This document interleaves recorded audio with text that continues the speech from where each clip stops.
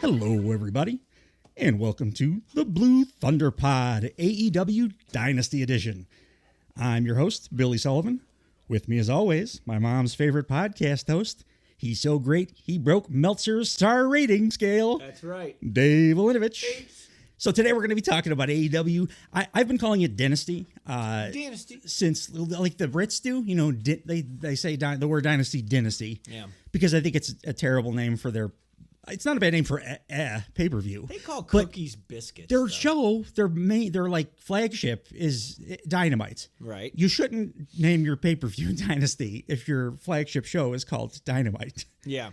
It'd be like calling a WWE pay-per-view Crackdown or something.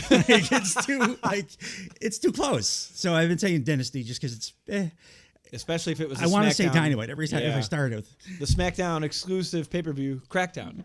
SmackDown presents Crackdown. You know what? If Vince was still there, he'd probably like that. That's good shit. Wordplay. That's okay. AEW Dynasty was out of the Chaffetz Arena, St. Louis, Missouri. 6,610 in attendance. Very hot.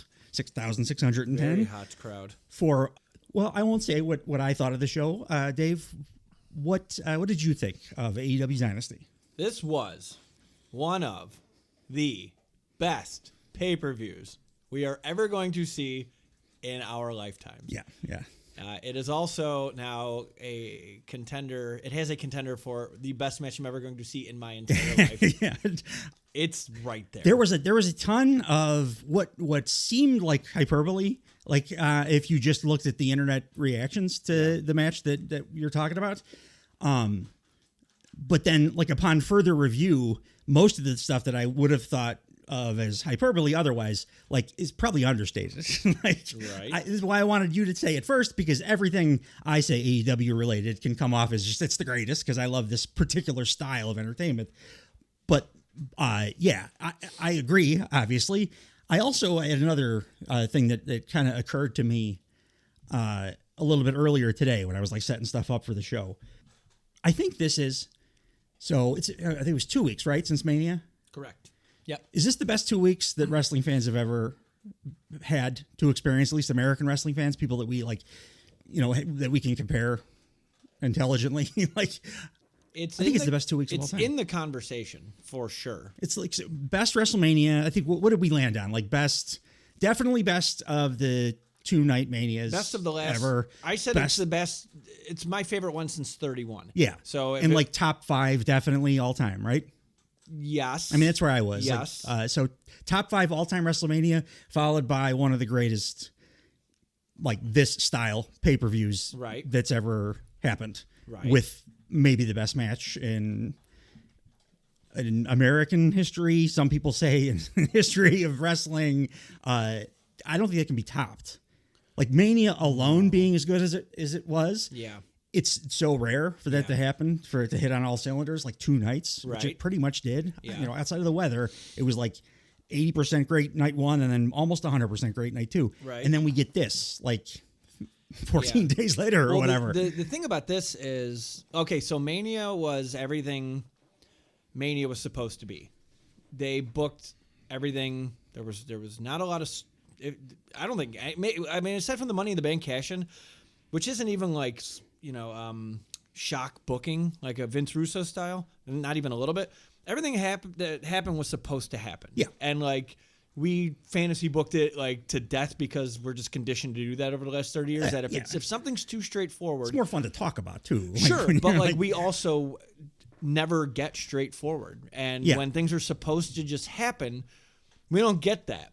WrestleMania gave you that. WrestleMania gave you the most straightforward, like, this is exactly what should have happened. Dynasty did exactly the same thing, too. Yeah, for sure. That's what wrestling should be doing, but wrestling right? doesn't do that. No, I know.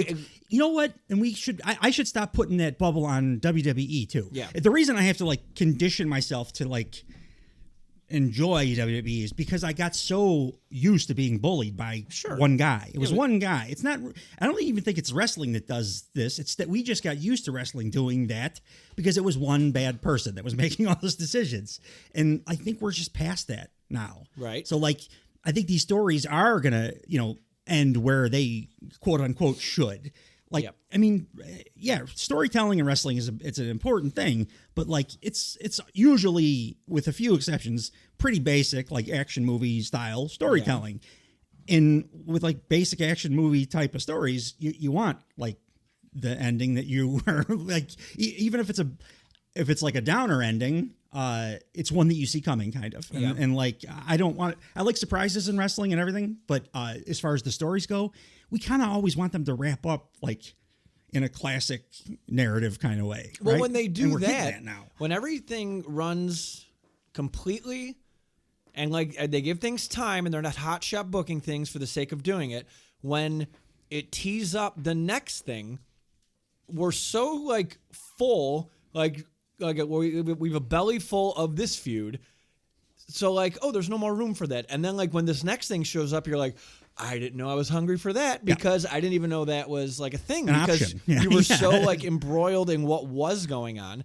And you don't have to give everything away at the pay-per-view. Like, that was another big complaint I saw. I was like, oh, Tony doesn't have anything booked for Dynamite. It's like, maybe just watch the show.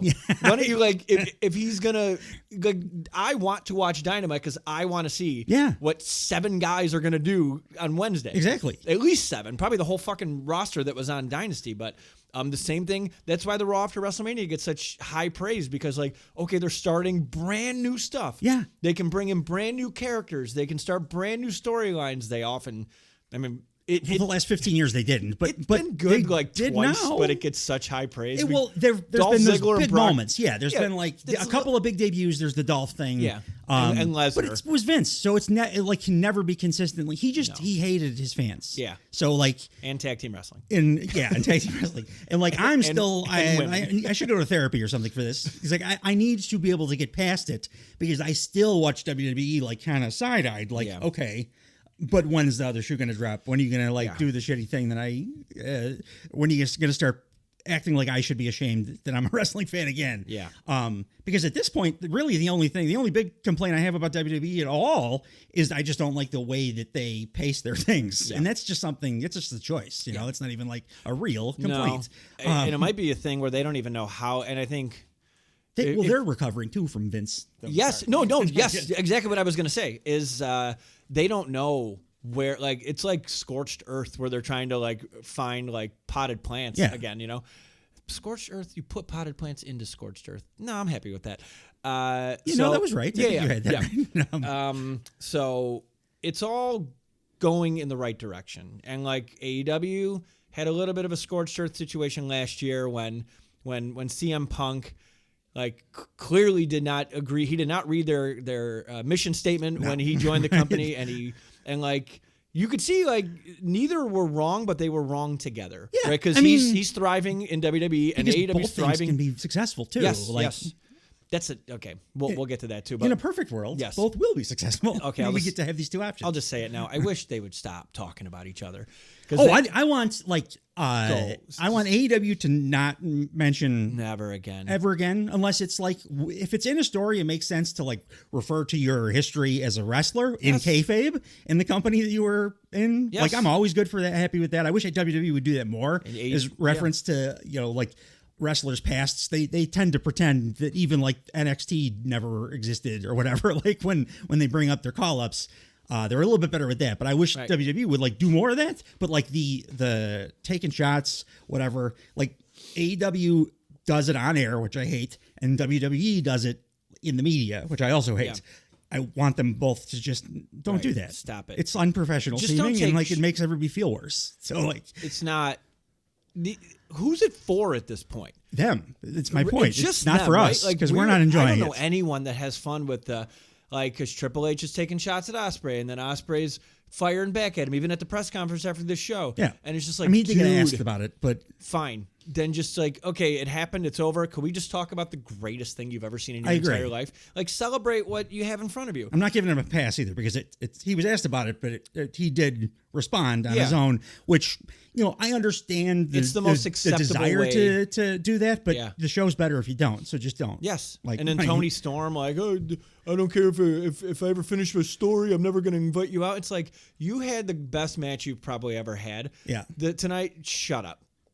What did she say? I don't know if I heard that one. So it was something like, she was reading. Tony Khan was sitting next to her at the post show, the scrum or whatever, and she said something like, "If I promise you, Tony, if I ever win, I will never ask you to come out to the ring to help celebrate my win," or something like that. She was like riffing on Cody. Okay. The thing that I was bitching about for Raw or whatever, but they shouldn't be doing that because they're not wrestling fans. They're wrestlers. Right. Do your thing. Also, especially her. She's in kayfabe 100% of the time. Yeah. Stick to it. Stick to it. That was a little bit of a tangent, but we did cover a lot of things that I don't think needed more time than what we just gave it to it right there. Yeah. Let's talk about the goddamn show. Yes, the show is fucking awesome. And just to let you guys know, I am going to, starting today, do star ratings for all these reviews, these pay-per-view reviews that we do. I know I didn't give stars for WrestleMania, but the ratings that I'm going to give right now, Dave, you said you don't want to do stars, right? I just have never known what to give a match, and I would be like, if I watched, so for example, I think a very underrated match in wrestling history is when Cody and Goldust defeated the Shield for the tag team titles on Monday Night Raw. I'm like, that's a 5-star match, right? Then you should give it 5 stars. But I'm also really particular with okay, I gave that, I got to give that, and I'm way too in my own head to keep up with that. I am the same way in another, a similar way, but same thing. Yeah. So what I did was I was going to get into it here.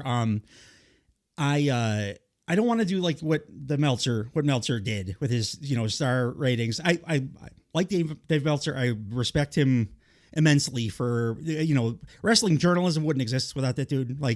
And he's the best wrestling historian I've ever heard talk in my life.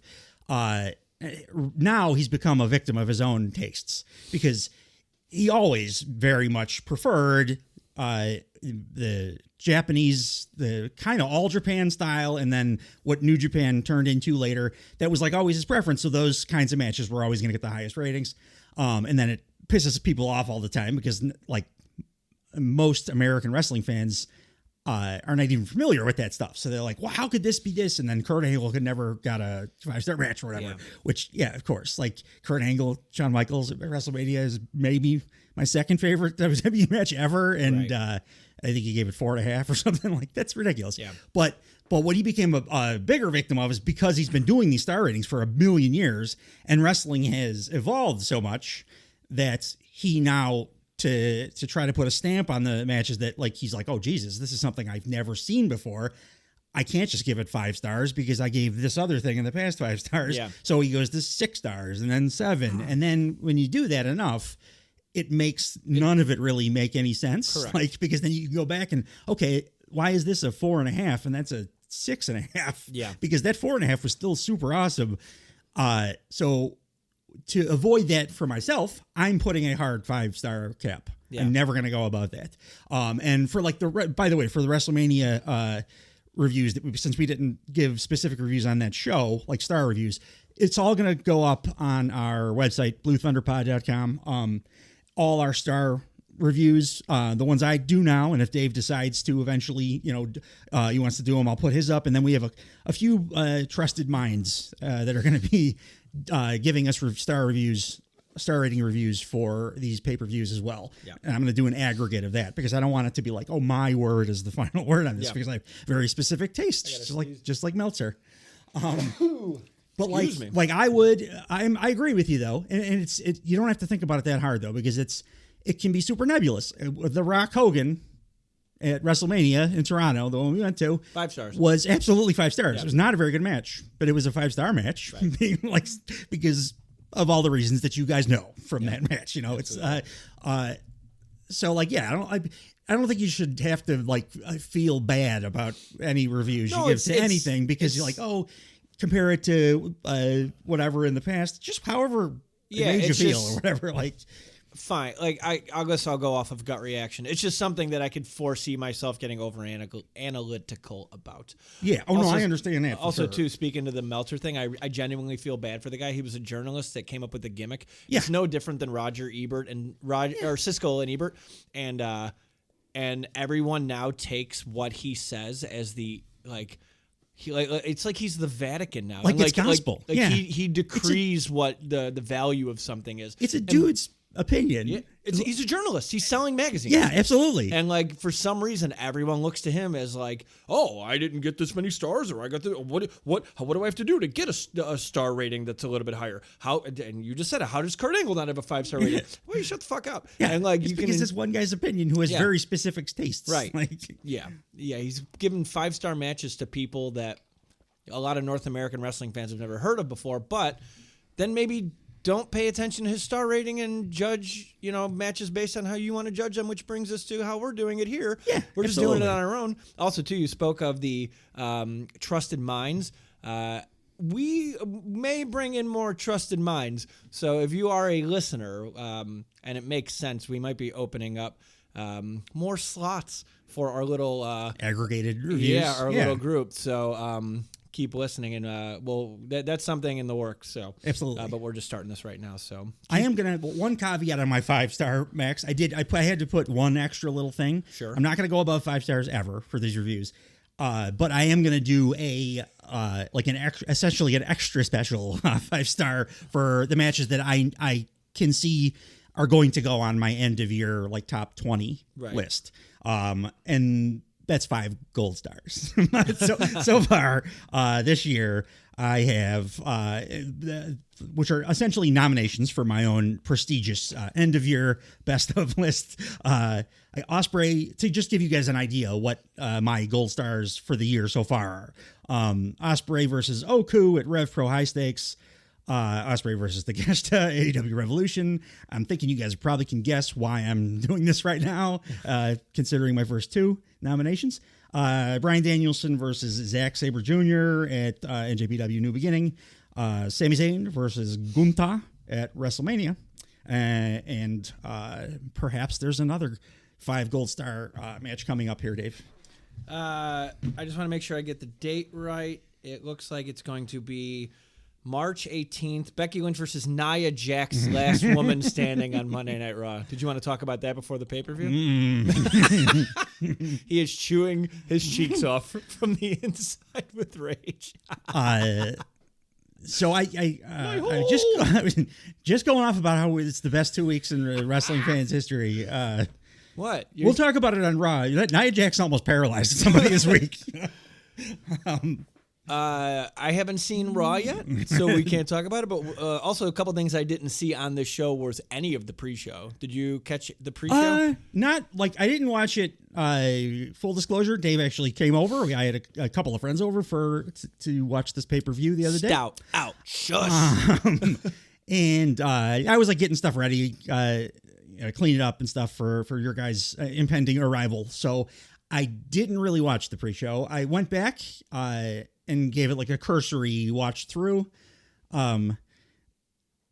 post once we decided we were going to do this review show. Then I went back. I just took a look at it.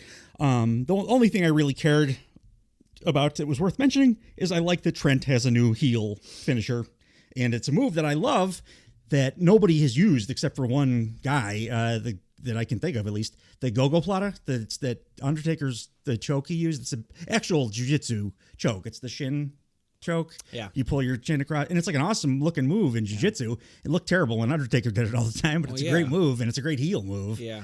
Taker did it as a face because he's Taker. Old school. Old school. But it is a fantastic, non-high impact, non-crowd popping. Trent is doing it now, so I'm I'll take that. Cool.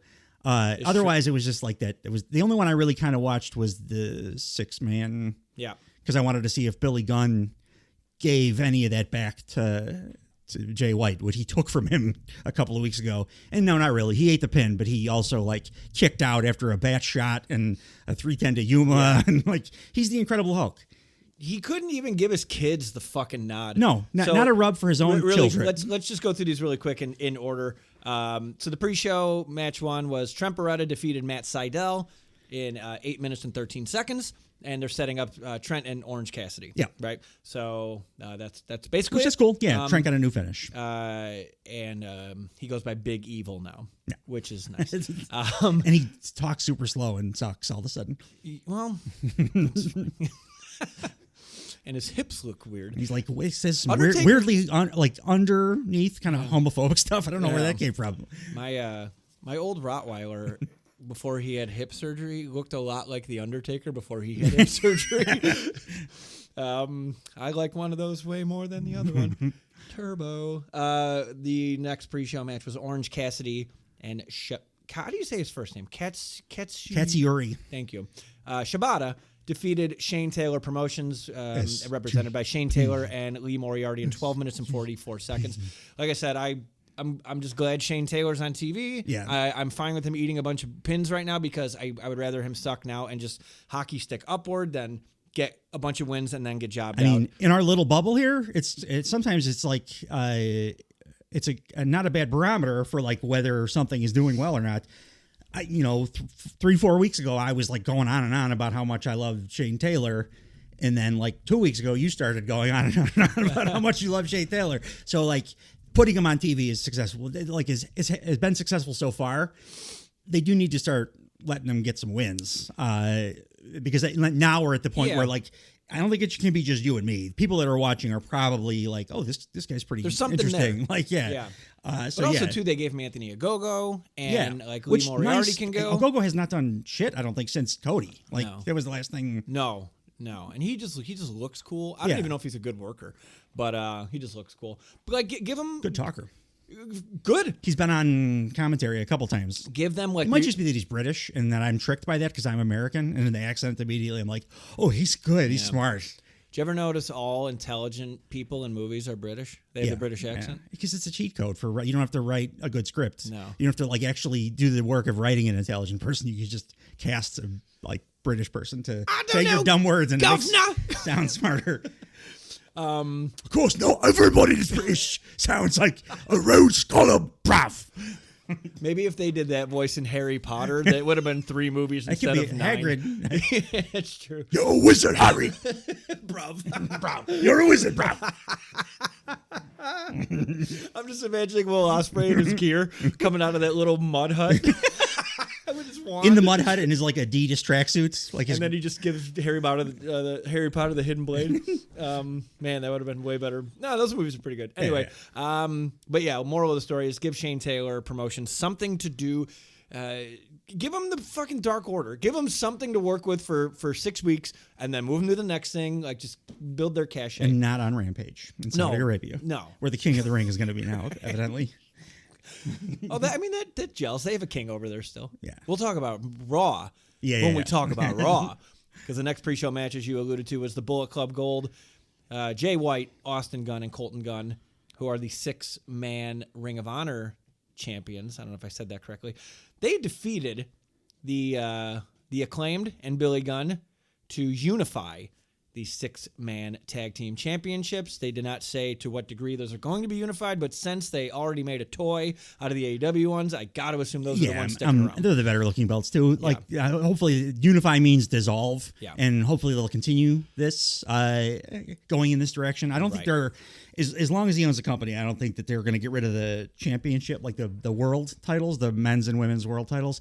They need to get rid of every other belt that's in Ring of Honor, or just never acknowledge or especially defend them on AEW television, because when you do that, the thing that happened this week with us, the thing we were talking about, the IWGP title, confusion that happens because like it's people that are even like semi-casual about like wrestling or indies or overseas stuff, to them all those belts on TV just looks like this is a bunch of goddamn belts. I don't know what's what. And then I get like frustrated, or people like me get frustrated because they're like, oh, well, no, this one means something. Yeah. But it's impossible to get that across to anybody who's like just looking at the product and seeing that there's 50 belts. So, well, you highlighted it very. I went back and listened, and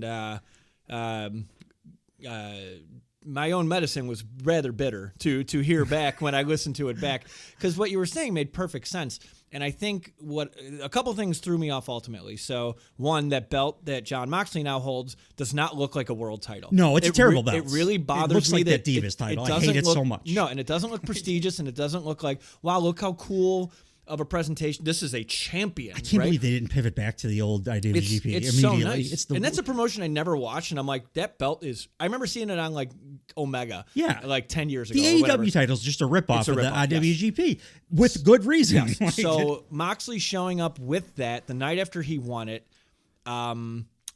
makes sense, right? And if he's not going to be defending it, cool. What I think tripped me up is CMLL was constantly bringing in titles that I never saw. Yeah. And then I never saw defended, and then I never knew why the guy who held it had it to, you know what I mean? Like, I just didn't know enough where, like, you knew Moxley coming in. So that bothered me. And then I forgot that Taven and Bennett were Ring of Honor tag team champions until I saw them holding the belts, like, on this pay-per-view. And those belts are absolutely worthless now because they've been jobbed out but I'm like, oh, these guys have fucking belts too. Yeah. And I remember a couple weeks ago, Swerve beat both of them pretty much single-handedly. Without a problem. So I think you were 100% right that having another company's world title, if it's carried by the right guy, but then don't have all these other meaningless pieces of shit. You were right as well. Yeah. Because yeah. You want to kiss? I think it's cool to have. That's Dave. I've been waiting this whole time. It's the whole point of this podcast was to get to that moment. In your eyes, like the heat. Let's duet. Your eyes.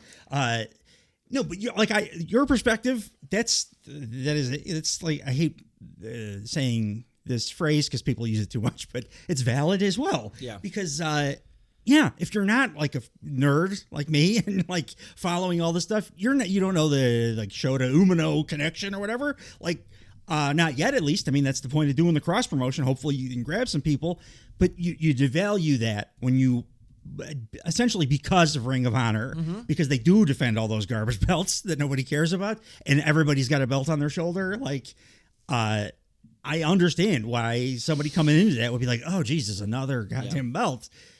So even if I was like technically right, whatever, the best kind of right, technically right, like to the grander audience, it's very important that they scale back these belts. Right. So to this match, it was one of the most important matches on this card just because it killed the belts. Cut the fat, man. It's cut the fat. I wouldn't mind seeing Shane Taylor Promotions carrying those if they're going to keep that's not bad. Trios. Like, okay, if you're going to job, if you need another feud right after this, let Shane Taylor Promotions job out the Bullet Club. Yeah. Level wise too is instead of making it a trios and trying to keep it on par with the tag division because the tag division could kick so much ass. Yeah.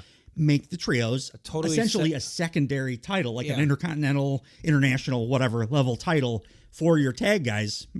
Have them do a trio, but have that kind of considered like a mid card kind of thing, and it would be a nice way to like get Shane Taylor Promotions a little bit of a rub and like let them then feud with some other mid card kind of tag 100%.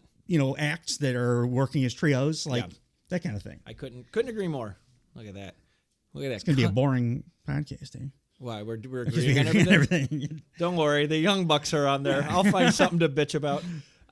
What we are not going to find anything to bitch about though is when the show started with, is this the best opening match in a pay-per-view? I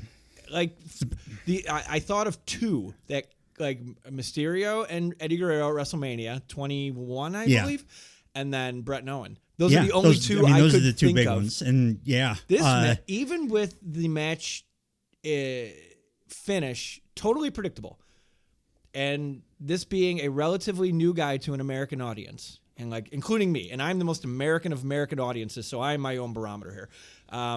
This was fucking awesome, insane. It was awesome. I have 2 5-star matches on this show, Dave. Too, and this is. I don't think that would. I can't even think of another show that could have even happened. Yeah. Like in my life, this is one of them. This is one of my 2 5-star matches. And here's the thing. This, and I'll get to it when we get. We should probably start talking about these matches. So the show kicked off with Pac versus. I was just going down the list. Kazuchika Okada, the motherfucking Rainmaker, baby. What an incredible way to start the show. Yeah. It's for the Continental Championship. I know it was the Continental Crown when it was 3 of them together or whatever. They should just call this the Continental Crown if they're going to keep I honestly I like it because of the tournaments and everything. Right. But so I think you kind of have to keep it, but call it the Continental Crown. It's a cooler sounding name. But it's for that title. Did you hear? Speaking of that's going to be an annual thing now. Yeah, the tournament. But what does the winner get? I think the title is vacated. You can carry it throughout the year, and then you enter the tournament, and they're doing the G1, which this company is really thinly. I always make the comps to WCW and ECW, but really it's thinly veiled New Japan. That's what he's doing. New Japan adjacent for sure. And the G1 is one of my favorite things every year, and because. In large part because of one of the men that are in this match right here. Kazuchika Okada is so goddamn good. I don't know what I was thinking when I was reticent about him coming to AEW. Right. It's I forgot, or I didn't think that charisma translates or something. Yeah. He's fucking unbelievable. Yeah. He's responsible for the Young Bucks having to change their entire entrance because when he comes out, his big pose is he stretches his arms out and money flies everywhere, which is and the fans go very nuts for it. And he used that to his advantage. Yes, and the only reason I'm talking about it to this degree is because he gave everybody what they wanted, and this is how a heel works. 100%. This is how a likable heel works. Yeah, this is like a tweener. Everyone's cheering him. I would say it's a full heel, but it's the heel that you can see. But he's a cool heel that people are going to eventually. Yes, that's a better way to put it. And he doesn't give. He's not Christian. He's not But he doesn't give the crowd what they want. Right, so he we'll get to the spot in a little bit, but a couple of notes. This is the first time these two have ever competed one-on-one. Yeah, which is nuts. And they had this kind of match. Both incredible matches. First time they'd ever one of the matches. First time they've ever been in the ring together. Yeah. But first time, these two have ever competed. They had such chemistry. Yeah. I was a little worried about this coming in too because Okada had all we've seen from Okada, really, even in New Japan, it's been squashes, multi-mans, or he gets 40 minutes in the main event. So, I've only ever seen him work a 40-minute match. Right. I didn't even know if he could work a 20-minute main event style American match. And that's what it was. And I made that note. I'm like, this wasn't an AEW match. I don't think it was even a WWE match. This felt very takeover-ish.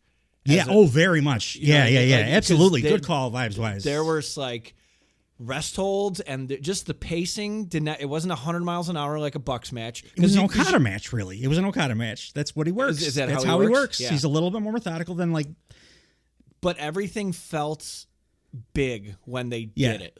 They gave themselves enough realistic time where if there was a rest hold, it felt purposeful, not just they were just trying to buy time. Match wasn't that long. It was just a shade. It was 21 minutes 55 seconds. Yeah. So it wasn't a 40-minute holy shit if we cut out the rest holds kind of thing. But it was definitely a main event style match. Essentially, is what yes. And it would have been a fantastic main event for basically any other show. Yes, 1,000%. Pac working full babyface for the first time. It was cool. Ever, I think, in AEW. Cool. I kind of think it might be his final form.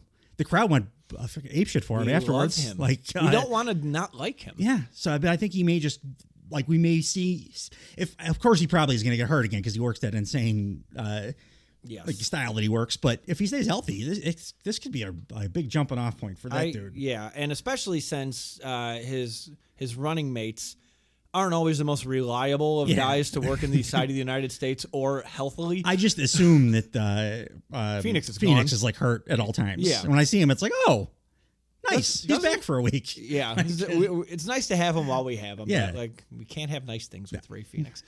Couple of cool spots I had. They're packed in an avalanche brainbuster. Yeah. That was just kind of a transition move. Yes. And it wasn't just a superplex. It was and they Excalibur even called it. He's it's a brainbuster. Yeah, and then Taz was I thought he was doing a regular superplex, but you're right. He dropped on his head. Jim Ross had a funny line because Okada has a beautiful dropkick. Jim Ross was really good. Yes. In this match. I didn't notice it when we were first watching because we were bullshitting and stuff. Yeah. But on second watch, I'm this is the best he's done. And maybe just that's the way you do it. You do give him a couple matches spread apart on the card or whatever. He sounded like it was 15 years ago or something. Right. Yeah. The line I love that I wrote down is when Okada threw a dropkick. Jim Ross goes, A+ 5 stars, whatever the hell you want to say. Whatever you want to call it. Yeah, it was. I loved it. He was making it wasn't just, when JR is bad, when he like starts to get tired, because he's an older gentleman at this point. Sure. You're just hoping that he doesn't say some nonsense or get crabby or whatever. He was like making insightful points about like what Okada can do from the time that he was, because JR for a while was calling NJPW stuff, like by remote or whatever. And he was like doing callbacks to that. I can't remember the last time JR was doing that kind of like adding that much to a broadcast. Well, he's feeling better, or at least he sounds like he's feeling better, which is two good things to celebrate here. Because he's the GOAT when when he's on, right? So a couple other big spots. Like there was a very scary moment here, and this is a couple of times it's happened in this pay-per-view later with Bryan Danielson, but Pac has a way of looking like he is instantly in rigor mortis when he takes spiked DDT. It was like a draping DDT. Yeah. It was like the Randy Orton like draping DDT, but it was on the outside, and Pac's body. Pac's body. Taz did the same thing on the broadcast twice. He was like, Pac. Pac's body went super rigid, and it looked awesome, but like, because I know he was okay. Yeah. Kind of thing. But I don't know how he does the on his head thing. He does that all the time. It's like, Geordies have hard I don't heads. know what's I don't even know. Yeah, but then he sells like his neck is broken. It looked amazing. Ask me to name another Geordie, by the way. I just know the accents. I have no idea. Right after that spike DDT, though, Okada was like, I had to make a note of this because I was like, I've never seen somebody do it this well. He did a big evil villain laugh, and I'm like, this guy's like the best actor in the company, is he? Like, this is amazing. It felt like I was watching like the bad guy in like The Raid Redemption or something, like that level of evil villainous laugh. Like Seth Rollins is in pieces right now. Like it was absolutely amazing. I'm like, this guy can do everything. Let's be crystal clear. Seth Rollins is the best actor in all of wrestling. Come on. Best bad guy laugh too, or he was the best part of my Monday night since he was not on the television. Keep him away. But it was just, it really felt action movie bad guy. Like, you idiots, there's no chance. Which is cool. No one does that.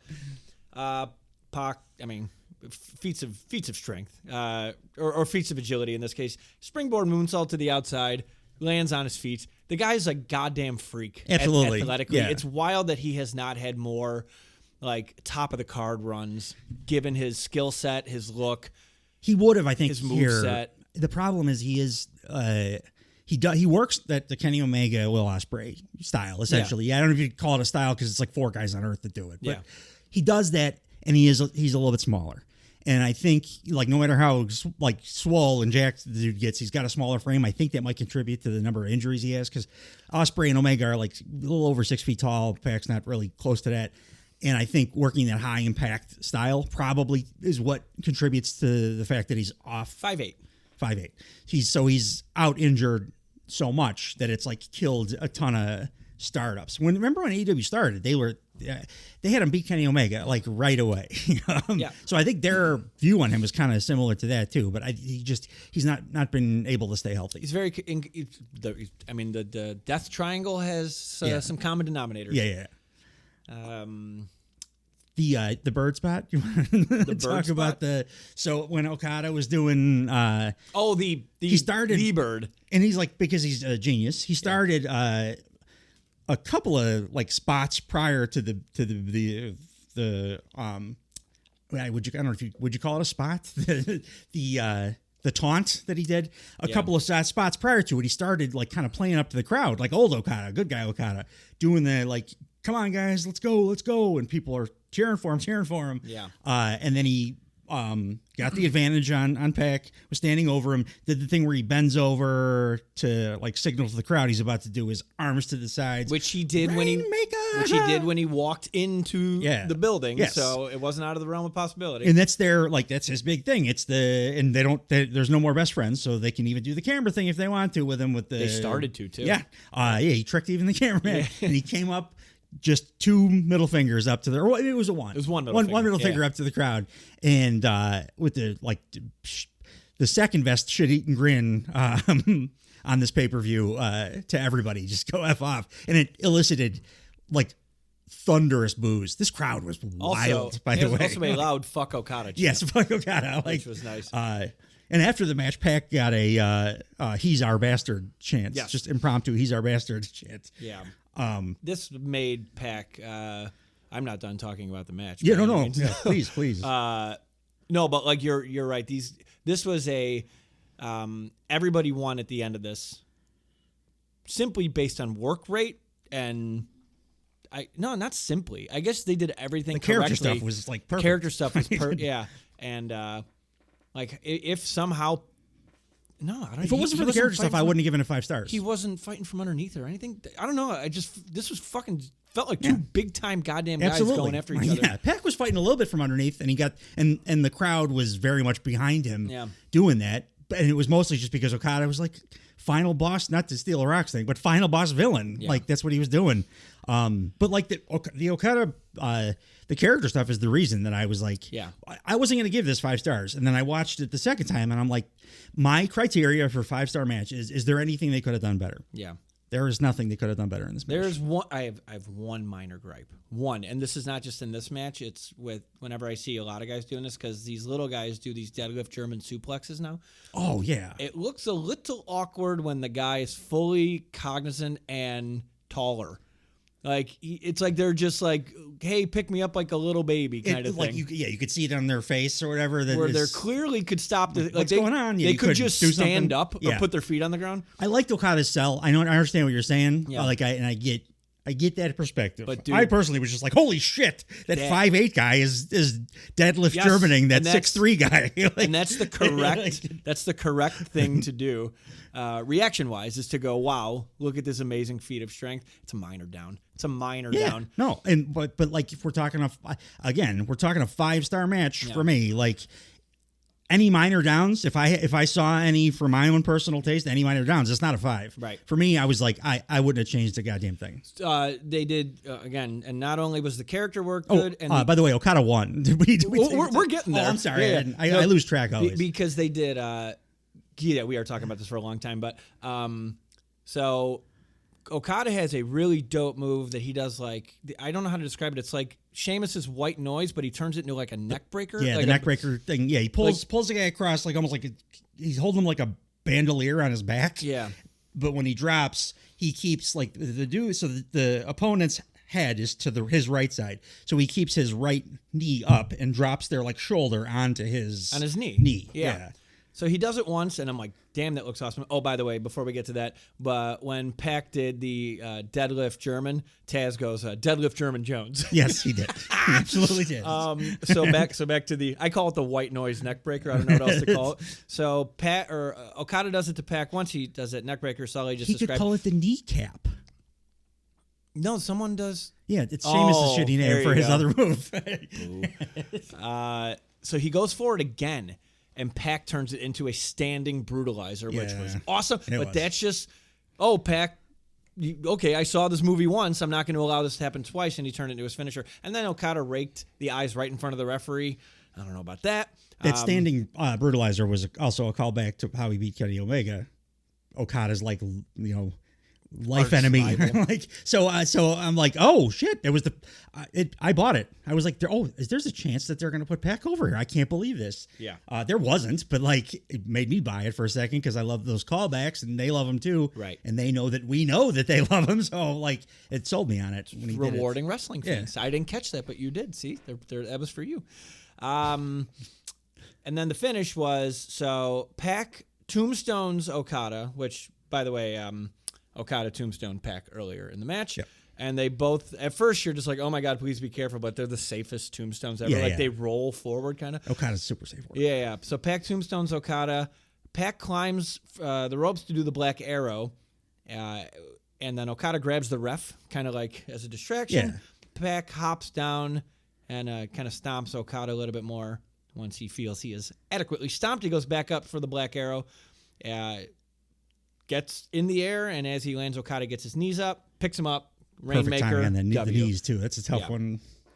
Absolutely. And then after the match, you had mentioned massive applause for Pac, and then we got he's a bastard. Clap, he's our bastard. Oh, was it our? I thought it was he's a bastard the first time, too. He's our bastard. But yeah. Clap. And then Pac looks dejected, but like they can do whatever they want with this guy right now. Absolutely. He's over like Rover. I don't know. I don't know if I was booking a show, if I'd be comfortable putting him into like a big important program.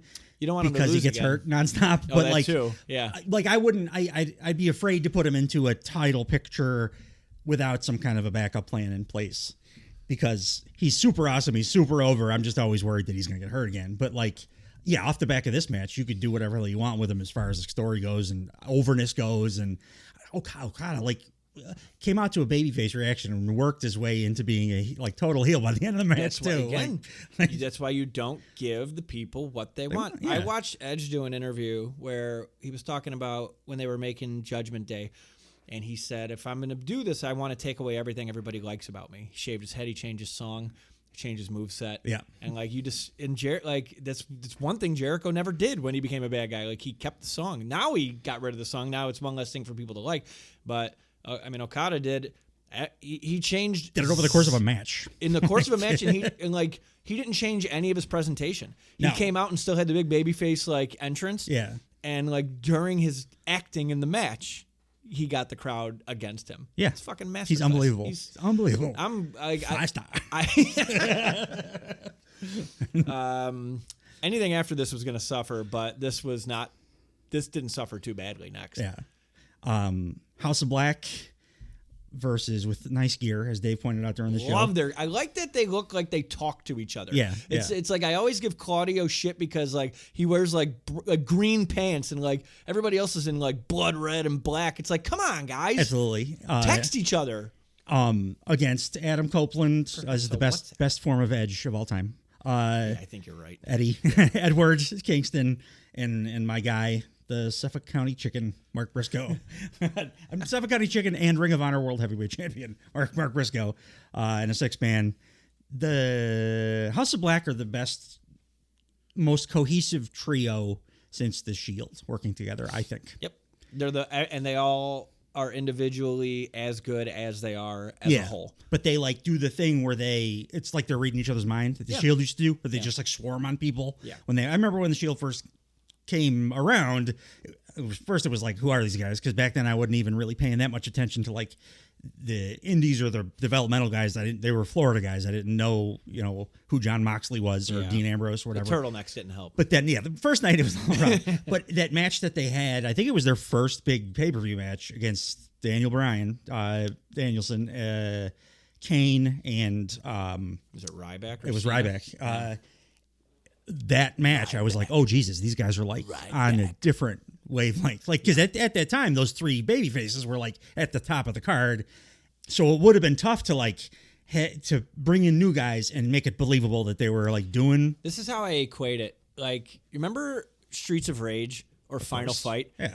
Everyone. Hagar. Oh! Yeah. But then you had the guy that did like the Fire Punch that was clearly a Ryu ripoff. And then you had, but like every character, like in an old beat 'em up game, had different their strengths. Specialty. Yeah, speed or like the big pounder guy. Yeah, everybody in the Shield had a completely different character and moveset. Everybody in House of Black, they don't have a completely different moveset because Buddy Matthews and Malachi are wildly similar. Well, I would say Malachi does a straight Muay Thai. He's doing Muay Thai, and Buddy's doing Kenny Omega. Yes, like he's doing Kenny that's Omega more fair to say. style. And then Brody is like the Hagar character, my favorite big in the whole company. So oh my god. So I think that's why they're so successful, because there's no redundancy in there. And when they do stereo moves together, because they do that, they'll all do one thing at the same time, and it looks so goddamn cool, because under no other circumstances would these guys be doing that, except they all clearly talk to each other, which is evidenced by the fact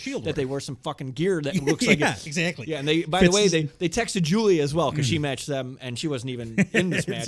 She came out later, but just they should be the template of, if you want to be a cohesive team, this is who you should study. Yeah, absolutely. 100%. Sorry. And they studied the Shield, I think. So I will say something I said a night of too. I can't, because they did a little pre-match,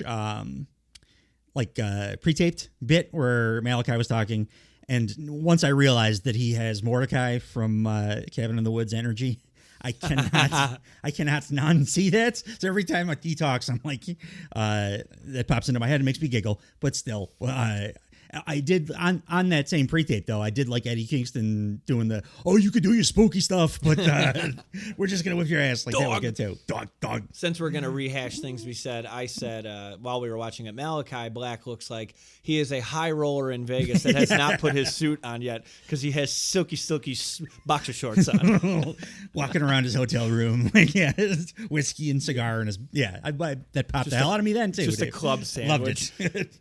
One consistent thing we didn't touch on in the first match, but the video packages, they're putting in the work. Oh, absolutely. Yeah. The video packages. This video package set it up so nicely that I didn't know what the focus was going in because it started out as Mark Briscoe's the one that's got the real problem with the House of Black, but then like they kind of pepper in does Edge have a problem, but then they bookend it with Mark Briscoe again. You're like, oh, Mark Briscoe's going to be the guy. And like, that is not No, by the end of the match, I was like, oh, that's a whole different story. Yeah. That's awesome that I didn't see coming. No, and they didn't telegraph it. Like if you listen to other wrestling podcasts with guys that give star ratings for things, they're like, oh, no, we totally knew that the next feud was going to be Edge and Malachi Black. I'm like, the fuck we did. No, nobody knew that. Nobody thought Malachi was getting a singles feud. Like, no, especially since everybody's talking about like how him and Buddy are leaving to go back to WWE. He's never had a singles feud, by the way. Like, so nobody thought it was happening. I bring this up too much, but when I went to Dynamite, at least since House of Light, I should say. I'm sorry, go ahead.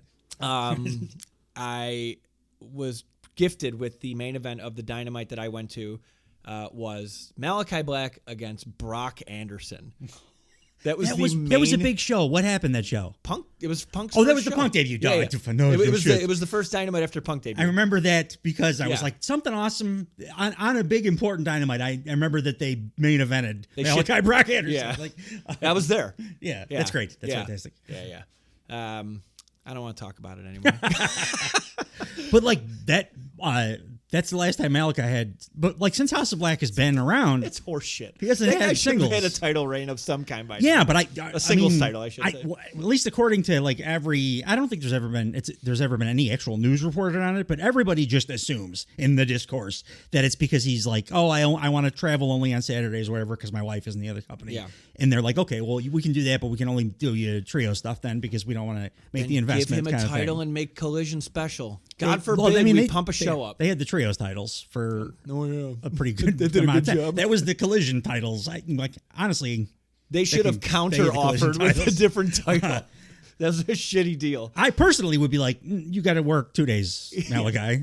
You 40, want to feud with Edge? You have to work 2 days. Paying you $40 million to work 1 day. Hopefully, that is what we see. I want to see Copeland and Edge on Dynamite too, telling the story. Copeland versus Edge? Copeland and Edge versus... That would be fucking super. That'd be better than Edge versus Christian. Yeah. Rated R Superstar versus Rated R Superstar. Alternate reality. I would cheer for Copeland to beat Edge's fucking ass, to be honest. Yeah. No.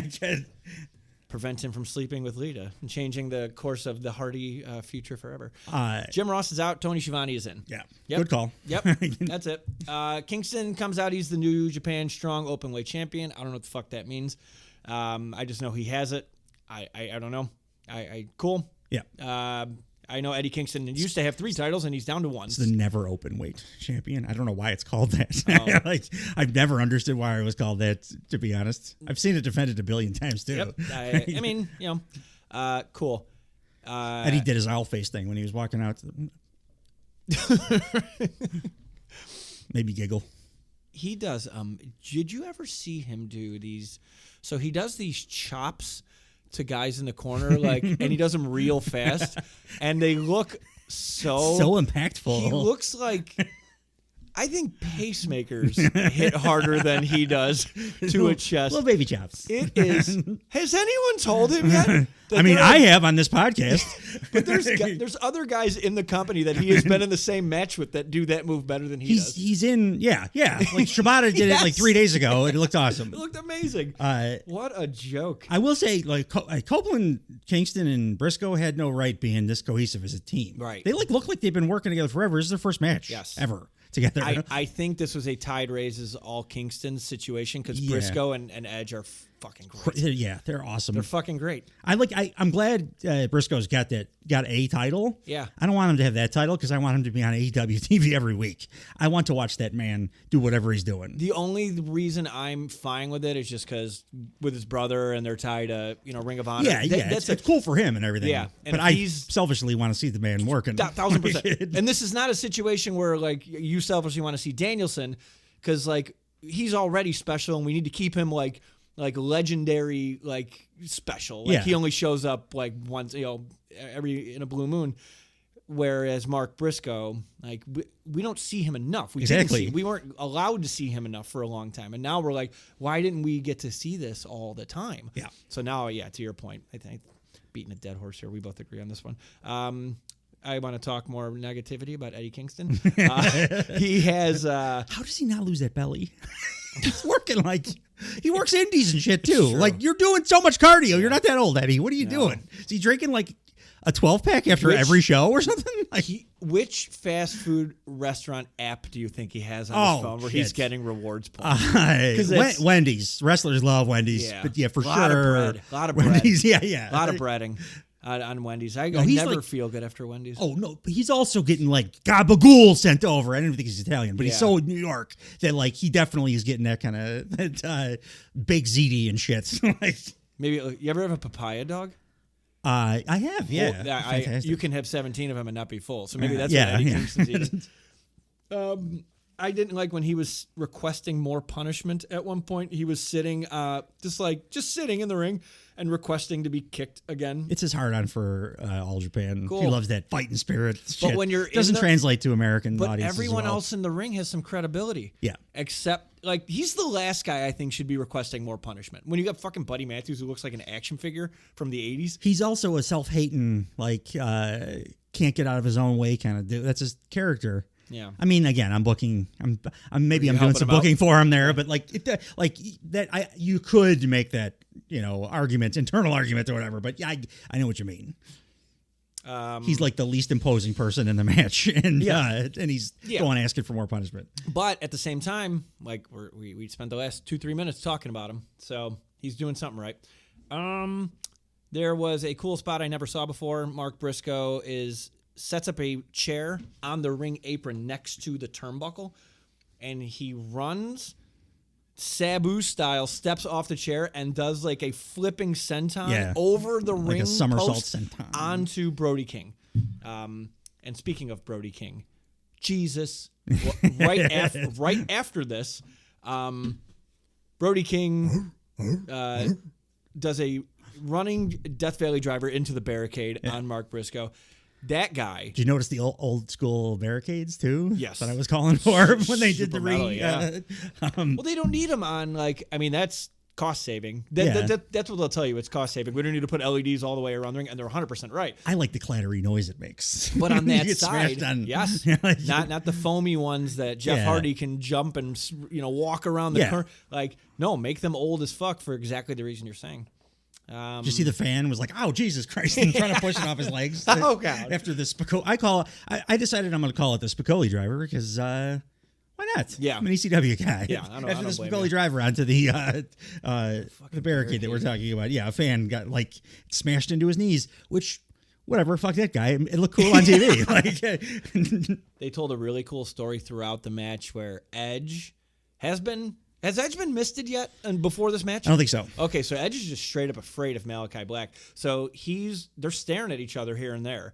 And then Edge at one point gets a hot tag, and Edge attacks Buddy. He attacks Brody King, and he just looks at Malachi. Yeah. And they don't have any physical contact in this match. In this whole match. At all. They teased it a number of times. But. Yeah, and they just kept looking at each other, which is cool, right? Yeah. And the end of the match saw a triple spear from Kingston, Briscoe, and Edge onto the House of Black guys. The ring clears, and then Malachi Black comes back in. Edge is going to go for a spear, an individual spear to end the match, and he gets a face full of black mist. Yeah, like a really well timed. Yes. I didn't even catch it honestly the first time it happened. It was so like bang bang quick. Yeah. Until I saw the remnants on Edge's face, I was like, oh shit, that's what he did. And then on a replay, it was very clear. Yeah, well timed, well placed. Yeah, he didn't. I don't know. He just. Yep, we're gonna say that. Because I don't have anything else to add there. And then what does he call it now? It's not the black mass. It's the. They went. So I bitched about this, I think, on this podcast, but just in talking to people for the entire time that Malik has been in the company. What they called the black mass. He's got one of the coolest finishers in wrestling. Yeah. We're calling it like a spin kick for this entire time that he's been in the company. They finally on this pay per view. I think this is the first time they gave it a name, and it's the old name. He was Tommy End. Before he was, and it's the end. I see. Because he was Tommy End on the Indies. That's what he called that move back then. Yeah. So they just re-christened it the end. I'm like, yeah, that's a great name for that works. move. I'm good with that. Do that. Yeah. I'm happy that they're not just calling it the spin kick. Right. Because it's too awesome a move to have no name. Absolutely. And that awesome move pinned Edge. So now presumably it's going to be Malachi Black versus Adam Copeland in a TNT title feud. I hope so. I couldn't be happier about that. Yeah, couldn't very be excited. happier about that. Also, too, if we're looking at the folklore of what this mist does, shit's about to get real squirrely for Adam Copeland because everyone that's been misted, for the most part, Willow hasn't. She's been able to fight with her internal goodness has been able to fight off the forces of evil, but I think everybody else has had some kind of a corruption. And Edge is not as good as Willow Nightingale. He's fucked. You know what Edge is? Canadian? I think the best signing AEW's made from WWE. He's the most selfless. By all means. Punk is the best because they got the most eyes on them and everything, but he's no, but for the health most successful for the health of the company. Yeah. He has been. I was really against him having this TNT title, by the me and Me too. I thought he totally was just wrong. Gonna squash everybody. Yeah, no. And he's just Incredible. doing really interesting shit ever since he's got it. I was never that big of an Edge guy. Even back in the 90s, I liked the Brood when they first were around, but I thought they were kind of corny. Yeah. I thought Edge and Christian were funny when they were doing their 5-second pose thing. But I was not really for any of the rated R Superstar Lita stuff. It just wasn't for me. It wasn't my favorite thing. And I didn't really like gruff Edge. I thought he had a cooler when he came back after retiring at the Rumble. I thought his the way he looked was cool. His aesthetic was cool, like the gruff old guy. But then I thought that the character was boring as hell, and I didn't want to watch him at all. This Jack Reacher Edge is the best. It's the best Edge he's ever done. I love everything he's been doing is interesting, and that's probably what he was talking about when he was saying the most fun because he's doing different shit just constantly, and it makes it interesting to watch too. Yeah, I went 3.5 for stars for this match. Excellent match. 5 stars. I figured 2 stars is a good match, right? Everybody people go way too high in the star ratings. So 2 is a good match. This is an excellent match. 3.5. It's not 4 is essentially could be, you'd be happy with it as a pay-per-view main event. Yeah. If that happened. So not quite there, but it was great. Just excellent match. Yeah. I think I'm either going to give a match 0 stars or 5 stars. You do whatever is in your heart, Dave. 5-star match. 5-star match. 17 minutes, 46 seconds. Did not feel a second over a 5-minute sprint. It was fucking awesome. No, it was great. Up next, we had the TBS Championship. Willow Nightingale versus the incumbent Julia Hart. Wildly over Willow Nightingale. Yeah. And the wildly injured Julia Hart, which a 6-minute and 1-second match. I've seen a lot of people giving this for a couple reasons, I think, but giving this match kind of super low reviews or bad reviews. Just look what it was around. It was around that, and people are not used to AEW pay-per-views having a sprint short match. Right. I thought it was pretty refreshing. I think they did it because of the injury, as you alluded to. Yeah. But whatever, they worked their asses off in their little 6-minute match. Yeah. It felt good to have one of those happen for a change on a 10-match card on AEW TV or whatever. Nice little palate cleanser. Yeah. Especially when the ending was such it was like a foregone conclusion. Like we knew what was going to happen. Kind of thing. And like you had to fantasy book it almost to be like, oh, is Chris Statlander going to like turn on Willow Nightingale? And they did tease that too. Like, but like it was so, and that goes back to what we were saying at the top of the show. It's like when things are just if it's the right story to tell, we're almost like conditioned to be like, all right, what kind of fuckery is going to be involved? Are they going to screw this up? Right. It's So one note I had again, nice video package. Julia Hart pretty much narrated the whole thing. She cuts promos like she's Lydia Dietz in Beetlejuice. Yes, she does. She sounds just like her. And this was House. Do you watch Beetlejuice like a couple times a week? Do I bring it up a lot? Well, when I was doing, I forget who. I'm certain. I don't know what impersonation. It was on Turbo Time Machine. Yeah. My Lord Alfred Hayes, you said, sounded like old Winona Ryder. That's what I was thinking of. No, that's yeah. It's my fault. That's Edward Scissorhands. Edward Scissorhands. Yeah. It's a different Tim Burton. So Tim Burton, you're in the Burton-verse quite a bit. What does she say? Where is she from? Westchesterton, Fieldville, Iowa. That's was that Mr. Deeds? Oh yeah. I almost had another one. Sorry. This was House Rules. House Rules are confusing because House Rules are allowed to be selected by the opponent. Yeah, it's dumb. I liked what Willow did with it here. That it fits her characters super well. Yeah, like really, she banned Sky Blue and Chris Statlander from ringside. Willow's house rule is we're going to do this by the book. Yeah. Nobody at ringside, we're following the rules because she's like good guy, super good guy. She's like 80s morning cartoon guy. 100%. I love it so much. It's got Captain Planet. I don't think there's anybody else like her in wrestling. That we're cheering for? No. No. Because usually when they try to do a super white, like this white meat baby face is like it doesn't exist anymore. No, absolutely. It's awesome. It's nice. You're actually, now that you say it, it's nice. Also, there are no rope breaks for submission holds. Yeah. And there's a 20 count on the floor. Yeah. So the no rope breaks. That's a Tony Khan. That's a Japan thing. Whatever. It's pure championship thing. That's fine. Which helps in Julia Hart's case because she has a submission finisher, which, during the match, or maybe right when it starts, I can't remember exactly when it was, we see the biggest waste of money backstage watching the match on... Take Dave. You're right. I was totally wrong. She's a heel. She knows it. They know it. They're writing her as a heel. They're doing all this shit because they want to take away all the stuff that you would like about her. Yeah. What sold me on it is she was watching. Did you see her the way she was watching TV? Yeah, like WWE. The thing that I make fun of all the time, and even on this podcast, that was on the nose enough for me to go, oh, that's what they're doing. It's like here. 120 degree angle. No one watches it's TV ridiculous, like and nobody else in the company does it like that. No. And somebody, if that wasn't a choice, would have said, "No, that's not how we do it here." I still don't like it because it makes my viewing experience worse whenever her segments are on. Yeah. But at least now I understand what they're doing. If they're going to have her fight Willow, I thought that was not possible because I thought that she thinks she's a babyface. No, it is self-aware, which is a smidge better than what it was. Yeah. It needs to get the show on the road now. I don't want another single segment of CEO, but like fucking thing ever. I'll give it that grace now that you were right. I was wrong. She's heel. I've never this is gonna sound crass, but I never liked her. No, I know. I know that. But her personality, I'm never yeah, I agree with what you're saying. She's just so fucking unlikable. She can't be a babyface. She's a heel. That's the other thing that made me come around on this is I guess I didn't know this, but I guess Brian Alvarez has said a few times that when she was coming into the company, she was essentially telling Tony Khan, okay, but I need to be a heel. I'm a much better heel than I am a babyface. That's where I excel. Let me do that. They haven't been talking about it a ton now because I think they're trying not to give that away. Right. But that's what she's doing. She understands it. So too. Who made her a face? Tony Khan? She's not a face. She's never been a babyface.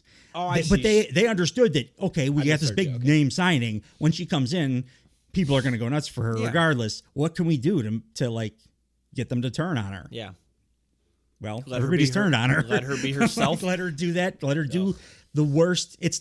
Let her cut a bunch of 2000 18 WWE pay-per-view or WWE promos. Yeah. Like she's doing those. The literal worst. She's time doing in wrestling. exactly.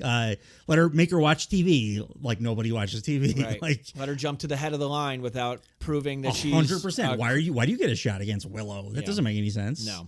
And she just calls it. Yeah. Right. So very unlikable. I haven't liked her since she's been in the company, and for the umpteenth time. If you open your own Guantanamo Bay, you could play her theme song to get people to admit to crimes against other Now that I know governments. she's a heel, I'm back on board. CEO. I'm going to make that our new opener for our podcast. No, it's good. You CEO. Tune in next week when I have no more hair because it's been ripped out and I'm mumbling CEO and drooling. My one knock on her for this lobotomy. pay-per-view is her hair clashed very badly with her dress. She looked good. The dress is a good look, but the hair didn't. The colors straight up clash. Yeah, well, just whatever. It's okay. She's the CEO. She's the CEO. I wish she would see herself out the door. Oh. Chris Statlander. Nope, she wasn't there yet. Willow Nightingale and Julia Hart beat the shit out They of did. each other. And if Julia's hurt, man, dude, she I don't know how she's hurt because she was doing everything. Everything. I was trying to look like, is it a leg? Is it a neck? She's like taking big giant Do you know what- back bumps. I don't know what it is. I just know that they rumor was out there that she's hurt, and they like it has to be true because everybody was reporting that she's hurt, and they may have to change the match or cancel the match because of her injury. And then they did a thing that they have never done on an AEW pay-per-view ever, which is have a sprint that only goes 6 minutes long. Yeah. So it has to be that she's hurt. But from watching them work, no fucking idea, man. She like bumps. She's doing every move. She's like doing power stuff. She's doing like big like rough bumps. Yeah. I don't know what it could be, but it was impressive. Where I especially noticed it was the finish where she did a moonsault and it was blocked with Willow put both of her feet up. Yeah. And they both buried directly into Julia Hart's face. It looked stiff as fuck. But then she ate a lariat and then a doctor bomb. Yeah, the babe with the power bomb, as Willow likes to call it. She like it's pretty stiff power bomb always, and she didn't hold back at all here. But just that moonsault block. Yeah. She also landed Jesus like a boot to Willow's head to kick her off the apron, and it was a crazy bump for Willow as well. But like throwing that kick, I'm like, what? It can't be a leg because it was really impressive looking. Yeah. It was a sprint. It was like a little bit more TV matchish than pay-per-view, like a good TV match. I think the reason it seems so jarring maybe as a sprint is because it's been a pretty well-built program. Yeah. And pretty well-built programs don't usually have sprints to pay off. Ideally, like they would have given them. Ideally, they would have just taken half of Chris Jericho's time and given it to them. Yeah. But I don't think it was. I think it really was. Otherwise, I don't think the reporting would have been there. Like they had to shorten it for some reason, like some kind of injury concern. But like, worked her ass off to mission accomplished. Not show anything. No mission. And if you want to make your champion look strong on the way out, this is the way to do it. Did you hear what Stokely yelled right when she won? Shit. No, I don't think Chuck so. E. Cheese, oh, here we come. I love Stokely. Chuck E. Cheese, here we even though he's come. going to turn stat against Willow pretty soon. Yeah. They teased that. So, like, after the match, they kind of did the Adam Cole, MJF, like, standing behind Willow. Are they about to attack her kind of thing? And then they did the camera did a nice job, too, because you didn't see Statlander get in the ring. No. She was just there. Stats, I don't know if you call it gear because she wasn't wrestling, but like her attire was a little darker too. Mm-hmm. It had a little more understated than usual. Yeah. I like that. I kind of think that Statlander's gonna. I thought that I was certain that the match was going to be Statlander, but now that I've been convinced that you were right and Mercedes is in fact a heel, I think Statlander's going to be aligning with Mercedes against Willow. I'm fine with that. With Stokely probably too, which that's great. Pretty great heel faction. Like if she's the CEO, she needs a staff. You gotta manage some kind of company. And both Stat and the CEO need a mouthpiece. Yeah, Stokely is one of the best ones in the company. Yeah, outside of maybe Callis. Oh man, that's good. Yeah. I like that. Yeah, I like that. And we don't have to hear the CEO doing bad promos anymore. If I know I'm going to get Stokely talking, Yeah. I can tolerate that dog shit fucking. 2 3/4 for me, by the way. 5 stars. So speaking of Mercedes, her music hits after they're celebrating in the ring and she comes out. I wrote she looks like Jessica Rabbit if she was an escort. Highlight of the show. She looked. I mean, call her for what it is. She's a smoke show. She did look. Yeah, My lord, quite good. So they do. This is a production thing. They have the camera between Mercedes and Willow, clearly to use in future, post production, and then they show the Double or Nothing logo on the stage, not on the big screen. Yeah. It's on like the smallest screen they have, and then in the foreground, and we can only see this at home. They show the image graphic where it's Mercedes and Willow. Like how you would promote a match on the bottom of the screen. Yeah. Why don't you put it on the big screen so everybody could see it? That would make sense. I didn't even notice that, but yeah, you're right. It would have felt like such a cool big thing. Like, hey, we're declaring this right now. Yeah. And that would have. Because I didn't even realize that they were doing that really in the moment. Like, I knew that they said it, but I was like, I still think they're going to change this match until I watched the second time. Minor down. That's all. Just because their production, I think, has been pretty flawless on the show so far. And then speaking of Double or Nothing, the next thing was they're promoting it for May 26th at the MGM Grand. Yeah. Cool. Which am I off? Let's see. Where am I that weekend? You can always watch a replay of it, Dave. I could always just go to Vegas. Am I off? Oh, we can talk about actually going. Oh no, dude. If I was off that Saturday, I'd be like, "Yo, we're going." The Taker, dumbass. They seem to have let the cat out of the bag. Where WrestleMania is. He said Mania is probably going to be at in Vegas. Like he heard. Like I'm sure they're not super happy about him releasing that information on his goddamn podcast. He's the gift that keeps on just giving. He's so much better than Stone Cold. Well, Stone Cold at least had the mind to not. No, I was joking. Oh. I love Stone Cold. Oh, okay. I'm saying at WrestleMania, like Stone Cold would have been a much better option. Yeah. No, the dead man can go fuck himself. I agree. International Championship was up next. Roderick Strong coming in as the champion against Beverly's own Cork and Kerry loyalist Kyle O'Reilly. They fought for a long time. It felt like a long time because it was a technical goddamn masterpiece. Yeah, I love 17 this minutes. match. 17 minutes, 18 seconds. It was just technically awesome. And they tried to kill each other. Yes. They were trying to kill each other. Kyle O'Reilly's my favorite counter wrestler on earth. Yeah. I think. Well, he knows how to. He's athletic. He's a trained he's athletic fighter. in a different way too. He's a trained fighter. That one of my notes was he's the most believable fighter in wrestling. Yeah. Probably. He makes everything look like he's in an MMA fight or something. Like, right. And his counters are all like they make make a ton of sense. Yes. They're not just like for a spot. It's like what you would do to counter that and get somebody into a knee bar or whatever. Right. It's just awesome. And then Roddy with those backbreakers is just like insane. Backbreaker count. How many backbreakers do you think we're in this match? I'm going to say 7. If this was Price is Right rules, you would be playing a fabulous pricing game. It was 8. I'm glad I came under. You would be playing for a Maytag washer and dryer. 11 for Orange and Cassidy. Orange Cassidy when I started counting last time when he won the title, but yeah, only 8 this time. At least Roddy does a variation of like every. I guess Orange Cassidy kind of does too, but Roddy does like an escalating. I did notice that he does like escalating different versions of his backbreaker until he does the you like the name of that End of Heartache. End of Heartache. Yeah. It's like he raises them higher and higher for each in different ways. He did one on the top row, and I didn't want to count the one where he essentially just dropped him on the top turnbuckle. Yeah. But Excalibur did say backbreaker, so by the bylaws, that does count as backbreaker. Promo was good for this match. I was just praising how great the production was on the show, but if for a company that loves mentioning WWE so much, they sure do like to leave out big chunks of history. The promo package for this is like how long they've known each other and how they've traveled together, and there's a noticeable chunk of time missing because they don't want to talk about their NXT run for some reason. Or no, the big-hearted Hunter just won't let him use that footage. They don't have to use the footage. That's fine. Don't use the footage. Because during the match, Excalibur says, these two men, early in their careers, oftentimes found themselves as opponents in Ring of Honor, in Pro Wrestling Guerrilla. But then before AEW began, they had a very formidable tag team, a very successful tag team. And then he went on, just fucking say they were in NXT. Why? Why can't you?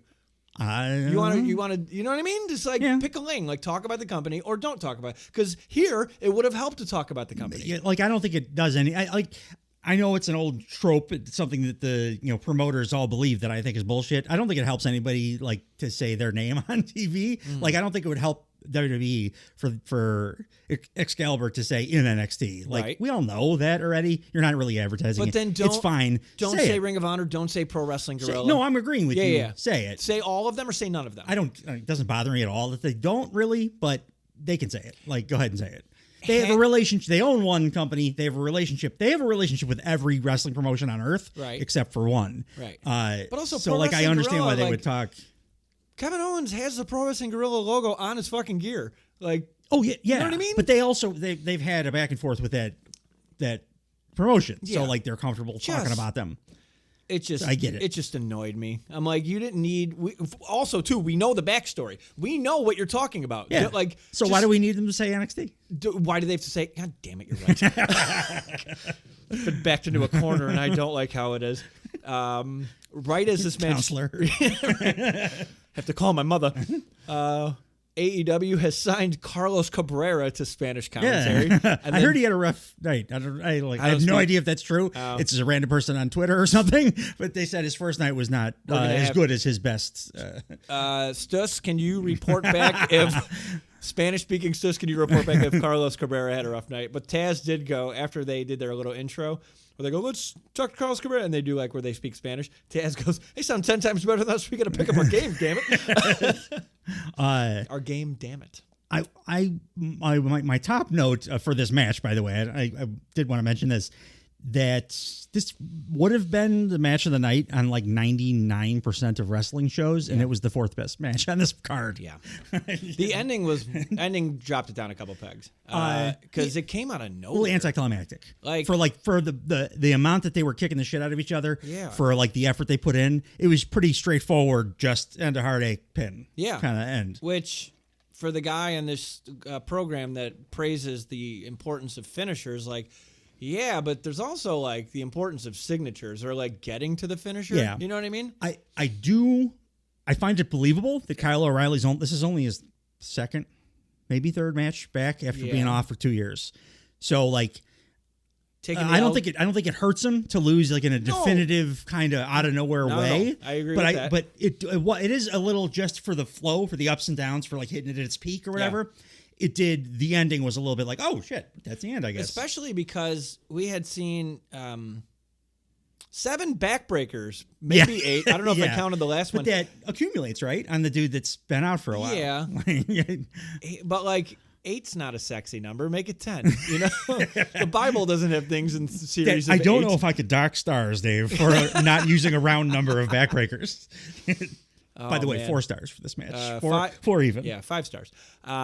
This was just such a. There's not even like a note to be taken because it was such a technically perfect wrestling. They're essentially twin brothers. It's very clear. The chemistry that they have is insane, and they're also doing the thing where that wrestlers always do with their like close friends, which is it's okay for you to like lay this in. Let's beat the shit out of each other and make it look great, and you're more comfortable doing that.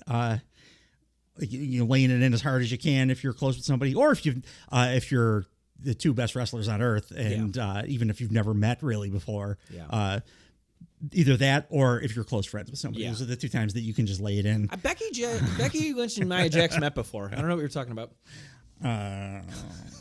They are stiff. Especially if it hit me yet. Nia's reckless, maybe, but stiff, sure, yeah. The most important thing to come out of this match, Dave, is that I was correct, and all you filthy marks fell for it when they told us that Adam Cole was actually more injured and he was going to be off the road because the stresses of the road are making him more injured. And SRS and Dave Meltzer are like, oh, I guess Adam Cole's out for a while. I'm trying to. You remember what prompted them to even say anything? Right? Oh, that's right. It was nothing. Like it was a story that came out of nowhere for no fucking reason. Precisely why I was like, that's a work. Because nobody asked that question. Yeah, why would you come out of nowhere and be like, by the way, Adam Cole's going to be off TV because he's way more hurt than you think? That's the equivalent logic of a teenager. Like if you're your parents and you come home and your teenager's like, I didn't have a party at the house. It's like, I didn't ask. How many people were here? Like, why are you, like, you're admitting to guilt right away, kind of thing. I didn't have a party. What are you talking about? Do you think that, like, SRS and Meltzer and the like, they're fully getting worked when it's something like this? Or do you think that, like, one of their sources tells them that, and then they feel like, I'm going to be offending my source if I don't report it? Because to me, it was like, that's obviously, they're working you. Why wouldn't you recognize that? You're in the business. To say they're journalists, man, and that's why wrestlers shit all over them. And like that's why Punk was just like he kind of shit on wrestling journalism because they're getting used so hard these days. It's a screenplay. Both companies. I don't get how you like. That's like being a journalist for like the Tarantino movies. Yeah, like, it's a script. Like yes, because the script got you. You know what I mean? Mm-hmm. Like. I don't know. I mean, it works for me. I'm glad that I like that they're getting worked. It makes everything more interesting. It also, and then even tied into it like the story overall. But I kind of feel bad for the reporter guys because they look like assholes. No. Lately, and it's fine that they look like assholes because for so many years they looked like these pompous, like that's we true. know better than you, and like the origin of the Smarks. Yeah. Was these guys. We didn't talk about all the things they did set up after this match, right? That's what I mean. That's what I was. That's where you were going. I know better than everybody. Thing is. So prior to the end of the match, Wardlow comes out and he attempts to get in the ring. He does a little awkward, and like he gets caught, and he just he gets caught and he walks out, and then he just stands there and he's a non-factor in the match. He doesn't cause any distractions. Yeah, no, it's like just it's like he just was drunk and he wandered out, and they're just like, just stand over there, or like he was given a job to do and he didn't really pull it off, which is exactly what happened. And I don't want to step on your it's okay. Your post match. Well, after the match, the Kingdom comes out. The Undisputed Kingdom music hits. The Kingdom, the tag team, the Kingdom comes out pushing Adam Cole in his wheelchair. He's got Adam Cole. He's such a good actor. He has two different smiles from when he's a babyface and when he's a heel. Mm-hmm. It's just in his eyes. Yeah. He's got his heel smile on his face. And the other thing that was the big tell here, he's got wet hair. When Adam Cole has wet hair, one, he's 100,000 times more intimidating. Yeah. Two, he's healthy. One other small detail. I don't know if this is on purpose or if I'm reading too much into it because his shoe game is on point. Yeah. Well, it stood out too. That's why I was like, no boot. And he had the goldest of gold Jordans, right? Yeah. And like, because he'll usually he has like his Halo Jordans that are like camo green or whatever. Like they're usually not as like bright. So the first thing I saw were his shoes, and then to your point, I'm like, notice my feet. Yes, notice my feet right now. So if that wasn't on purpose, that was an accident in their favor. Very, very bright. He stands up. Yeah. Second later, he stands up, and the place goes fucking nuts. Yeah, of course. Because he's Adam. At first, I was like, "Oh, they should have done the Adam Cole baby music," but he's a heel. It was right to do this. He's so good as a heel. It's tough because I watch his Twitch stream and stuff, and I know a parasocial relationship is hell with Adam Cole. Yeah. He's like the nicest dude on earth. Yeah, I also feel sympathy for him because he's been hurt so much. Yeah. He's so good at being a prick, like an evil. Just his facials are like second to none. I think they're maybe the best in the company, right there, like in wrestling. So I had a thought about him. We talked about it before, where it's important to build up new guys while your other guys are gone. I forget what the exact context of was when we were talking about it. Does this ring a bell at all? We've talked about that topic a number of times. So now all the guys. So like you have. Adam Cole, you have MJF, you have Kenny Omega. Adam Cole's back. Mm-hmm. So now you have taken time to let us get a taste of other stuff. Yeah. And now we're used to that stuff, but now it's all going to start coming back. Yep. Right? So that's what this felt like. Yeah. It's like, oh, right, him. Yeah. I forgot I love him because you're just not out of sight, out of mind kind of right out and up until the second that Adam Cole came out with wet hair and his fancy ass Jordans on, I was like, I hate Undisputed Kingdom. I hate Undisputed. end this program, end this faction. I don't care. As soon as he stood up, I'm like, they're the best faction in the company. Adam Cole, baby. That dude has that kind of charisma. Like, it changes everything. When he walks down to the ring, because he walks down to the ring and he's hamming it up, which you have to do on your first night back, regardless of if you're a heel. But he's doing it with heel face, his heel smile. But his hands are out, and like he clearly has like an agenda, and the agenda is he gets in the ring and he just mean mugs Wardlow. Yeah, he does. And again, he's such a good actor. He's walking in like full speed, gets in the ring, and just like slows down, and like a stalking big cat. He like walks behind Wardlow, can't see him behind, and just shooting daggers in the back of Wardlow's head. Like, I'm about to super kick your goddamn head off. Yeah. You're a failure. You lost that match. You had a job to do. Roddy had to do it on his own because you couldn't come out here and do what you were supposed to. Yeah. And then Wardlow turns around and he snaps back into, oh, we're all buddies kind of thing. And Wardlow too, like, looks apathetic as hell. Like he couldn't care less. Yeah, doesn't care. Do you think MJF's going to come back and help Wardlow? I wouldn't hate that. I wouldn't either. No, that's not bad. That's why I just booked it. But MJF, where did they leave off? Oh, they left off the devil, the biggest failure of a 6 month long thing that got ruined when Adam Cole broke his ankle. And then MJF had to go out for a long time. Yeah. I mean, that's cool. It'd be a good way, because I was like, oh, man, I don't want, before Adam Cole got hurt, or got healthy again, I was like, oh, I just want to get that over with when MJF gets back, push it out of the way, just have him do a death match real fast, and then move on to the next thing. Well, now I'm like, Adam Cole's back.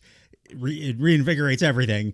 We'll put him with Wardlow. You can do that. You can have MJF, because he's going to be a babyface when he comes back. I'd like them to turn him heel pretty quick, but like he's going to be a babyface. So your first thing you could do is like your redemption with Wardlow, who's about to get like turned on and murdered by the faction that he's in, run by the devil guy, you know. And then MJF joins the Undisputed Kingdom. Hey, if Adam Cole's healthy, he and MJF can still be together. I don't want MJF in any more factions. I want him to just lone wolf. I want him to be a heel leader of a faction again, because that's my favorite MJF. Is he's the best heel in the world. Yes, that's right. I want him touching it. Like, just be.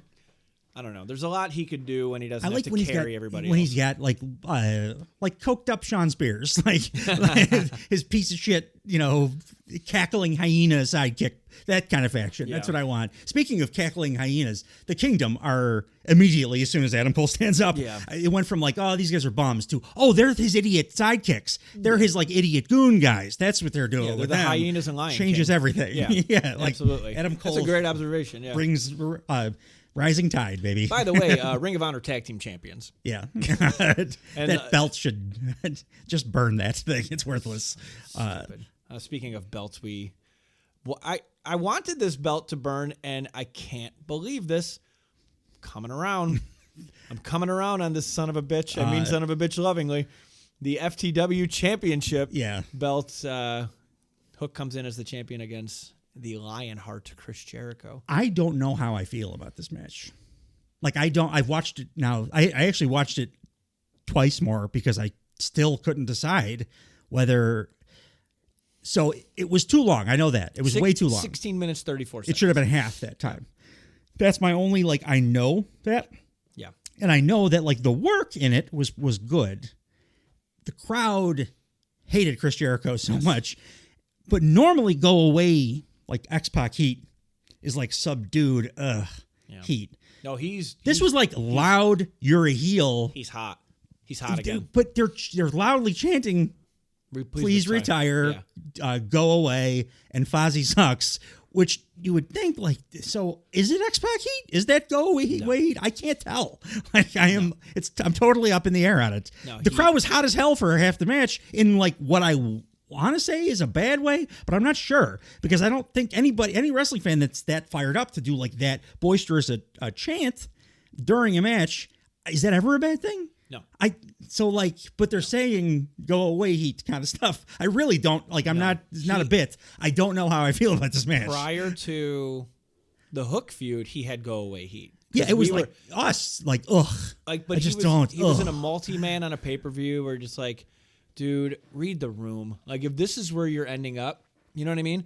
But like his character right now, I like a lot. I do too. Because he's like this afraid old man where he's got all this wisdom, and when he doesn't get his way, he does the literal worst thing I've ever seen someone do in a match.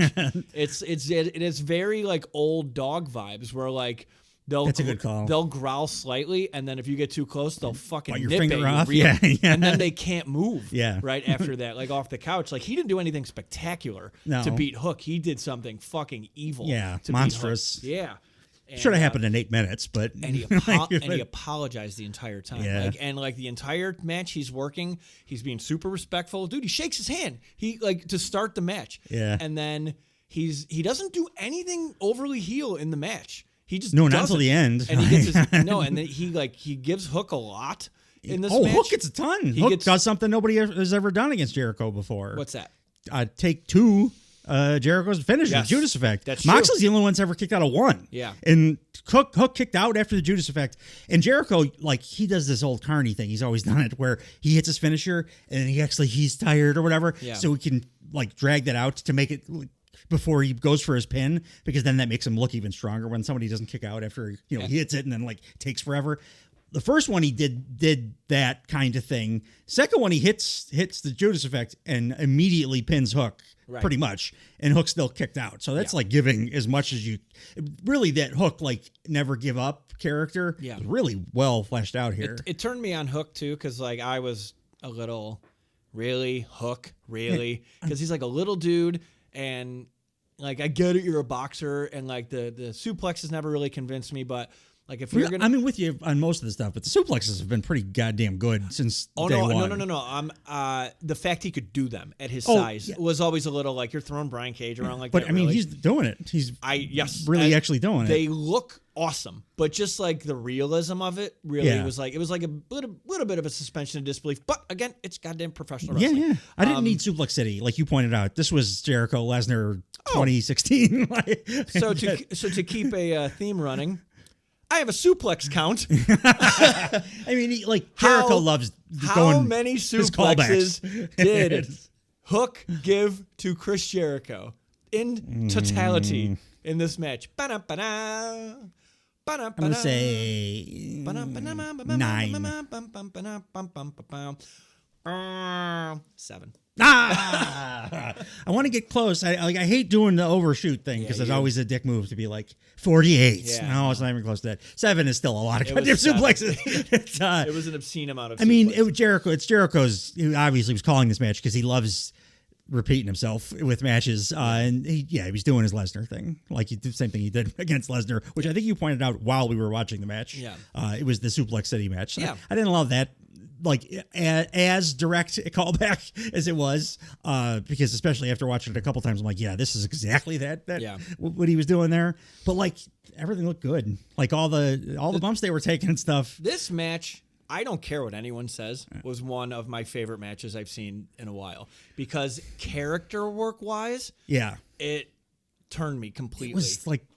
I kept changing my mind on it. So let's talk about through the match. Maybe you'll bounce back another way. I mean, you've pretty much convinced me already, but so the promo again told the story really well, and the gist of the story here is Hook is willing to take Chris Jericho's advice, but he recognizes that Chris Jericho is historically not the most trustworthy. He's a dick. And then Jericho goes completely fucking heel against Taz, not Hook, because he's trying to like. Be that stubborn old guy that you won't take my advice, so I'm going to use violence to get you to see my way, which is how the match played out. Yeah. Like they telegraphed it the prior Dynamite, right? This match is contested under FTW rules, which I had to Google, and it's ECW. Taz said, false count anywhere, anything goes, and then Taz hints at weapons during the match. So... which they had time to decorate beforehand, which I thought was cute, like a third grade class. Like, hey, just write FTW on all the furniture so everybody knows. Because Taz owns Orange. Taz owns Orange. Like I mentioned, Y2J, or I write Y2J in my notes. Chris Jericho. Oh, I did the same thing. offers a fist bump to start the match. Was I'm like, okay. His terrible fist bump. Yeah. His little old man bent. Did the fans, Mr. Bird, start chanting "Hockey sucks"? Oh, did I? That sounds like this crowd was on their chant game on this whole show. I probably. Yeah. That sounds exactly like something that this crowd would have done. Because sometimes I got a hard time because it's just my laptop speakers. Sometimes the ones I recorded were just "Go home, Jericho. Go home. Please retire." And Fozzy sucks. Crowd. The whole show was. It was one of the best crowds. Like 4 chants I've never heard before, and Hockey Sucks makes it 5, I think. They're playing nicely with the kind of holistic approach of this match, where commentary is trying to get Taz like, "Hey, what do you got going on?" He's like, "He's a grown ass man. I'm going to sit here and not do a goddamn thing." Pretty much. Like, good. Like that makes Hook look like a much more sympathetic babyface that he's not getting saved by his old ass Plus, dad. Taz said it verbally on like 2 Dynamites ago. I think it might have been on one of the 2 bad Dynamites that they did this year. But he said, "Oh, you know what? Even if I wanted to, Hook's his own man. He would be pissed off if I got involved. He's his own man. He wants to do his own thing. I don't know what he's thinking ever." Yeah. So the story's been told. I'm gonna stay out of this. Hook would, if I did anything, Hook would disown me essentially. Yeah. Never heard you do that accent before. You have a future in local theater. That is a character that I want to hear more of. That's if Impressions Jones over here. If you could somehow find a role to be Tony Danza, I think that would suit you. Angela. For all the love we're giving Hook here, he's got some work to do on his work. He just like a spatial awareness thing. Like we were mentioning it when we were watching it. Live, he did a German outside the ring, and he almost Chris Jericho's head almost landed on the corner of the ring step, and they even said it on commentary, like, "Oh, it was pretty close." Yeah. He's not very good at swinging trash cans. Like it's the stuff that you learn from having a million matches. Yeah, he's not. He just has not. He's 24, as they mentioned, you could tell. And he's not doing indies. He's not doing house shows. No, but aside from, I mean, those are 2 very minor. That's all I had for him, really, for the match. But like, it's just like, I don't know, spatial awareness and like convincingly laying stuff in. Yeah, all his throws look great. All his suplexes and stuff. Technically, he's pretty goddamn good awesome for his experience. Yeah. He's Taz's son. He's higher than his experience level. Oh, he's way ahead of us. Yeah, he looks good. Like, he's going to be a big star, I think. Yeah, like the and I like, it may sound like I'm ragging on Hook because I always say this about Hook, but it's just because I think he's I think he does have a bright future, but like the in between stuff, it feels awkward for him, and like his strikes, and that's all stuff that like you learn how to do a good working punch by doing it a zillion times. Yeah. Everybody, even the best, like are not. Logan Paul's not great at the in between stuff. No. Like. You just need to work a ton of matches. Yes. So like that's what Hook needs. It's just a bunch of experience. But like the basics, or not the basics, the his base, his like the athletic stuff, the important stuff, the charisma, the stuff that you can't really teach, like charisma stuff, and then the technical side of the actual moves. He's like money. He's got it. He's got all that stuff already. Absolutely. So he's way ahead of the game. Yeah. 24 is a baby in pro wrestling. Like that's like not. Is there anybody else on the men's roster that's that young? Pretty sure Brock Lesnar was world champion by this point. Just saying. Yeah, that dude is from Mars, though. Pretty sure Randy Orton was champion at this point. Just saying. Yeah, he sucks his whole career, though. Notice I have to name 2 of the greatest of all time. Randy Orton should have been a tag wrestler from day one. Yeah. Boring. It's a little boring. More cool spots. Hook did a T-bone suplex from the apron through a table on the floor. So like he fell. It was a dope spot. Jericho's taking these goddamn bumps too, man. I'm sold. Yeah. I'm gonna give it 2 stars. Yeah. Good match then. It was between 2 and 1 3/4 because regardless of all this stuff, it was way too goddamn long. It was long. It like by twice. Yeah. Like it should have been an 8-minute match or maybe a 10-minute match. And what? 16 minutes. 16 minutes 34 seconds. So almost not quite almost 17 minutes, but 16 and a half is way too long for the story they were telling. It was the second shortest match on the card so far, but it did go for what it was. No, you're right. Everything you're saying is right.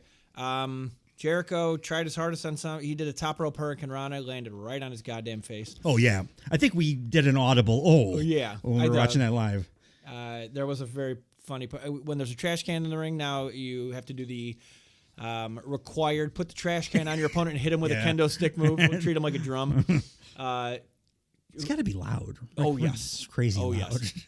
I think it was Excalibur that said. It was one of the guys in commentary. I think it was Excalibur. He said Jericho looked like a droid for a second. It made me laugh. The announce crew was kicking ass. Yeah, they were very good. Jericho's ears are probably fucking dead though from all his fuzzy ears. You probably can't hear it when you bang the. Jericho strikes me as a performer that holds the mic out past the point of where you're supposed to. Oh, for sure, 100%. And this gets a ton of feedback, and the house engineers to kill the mic because you're not supposed to hold the mic past the speaker. Like if you go to a concert and you see all the speakers to your left and right. Yeah. I keep hitting your light. I'm sorry. Our light, Dave. Our light. No light will ever be our light.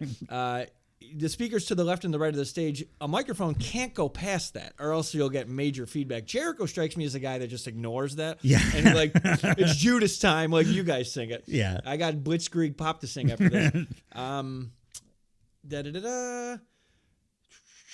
Oh, so this is when it started kicking up character work-wise. So the whole match, he's just getting his ass kicked. He's wrestling like a normal match, not really a lot of character work. And a little hardcore-ish, because it's a hardcore match, essentially. By design, it was going to be, right? Yeah. So Hook has Jericho in the red rum, and then he gives he throws his leg back, gives Hook a low blow, and then he says he's sorry. Yeah. Gives Hook the Judas effect. Hook kicks out. And Jericho's looking a little distraught now, like a little sad, right? And then he says he's sorry again. Another Judas effect. And then he kicks out. And the announce crew is selling it like, oh, okay, this is it now. This is the 1, 2. And then he kicked out and it was like, oh, Jesus Christ. Also, earlier in the match, we forgot to mention, he laid in what was probably his best-looking walls of Jericho. Oh, yeah. Because he got flexible 24-year-old Hook to put it on. Shit out. So at this point now, and he also hit a code breaker at some point. So Chris Jericho has hit 4 world title winning finishers on Hook. One of which only one guy's ever kicked out of, and that's John Moxley, for Christ's sake. He did it twice, and it didn't work. So a Walls of Jericho, a code breaker, 2 Judas effects, and he can't fucking win. Yeah. Right? And they've been telling this story for a long time now with Hook, that he doesn't quit. Even before the Jericho thing started, that was the thing they were doing with Hook, was that, he's undersized, whatever, but he's a dog, and he's never going to quit. You got to kill him. Right. And indeed he does, because he goes out of the ring, he being Jericho goes out of the ring, and he gets Floyd the baseball bat. Yeah. Hook is stammering in the ring like he's auditioning for The Walking Dead. And he flips off Chris Jericho while staggering, and Chris Jericho blasts him right. I mean, he hits him in the shoulder, but it was a really good looking bat shot. He hit him in the goddamn head. Yeah. Right? But the shoulder. But for story purposes, hit him in the head. And the way that it was shot and the way that he did it actually, usually I don't like bat shots or hammer shots. Looked great. That's actually a note that I had.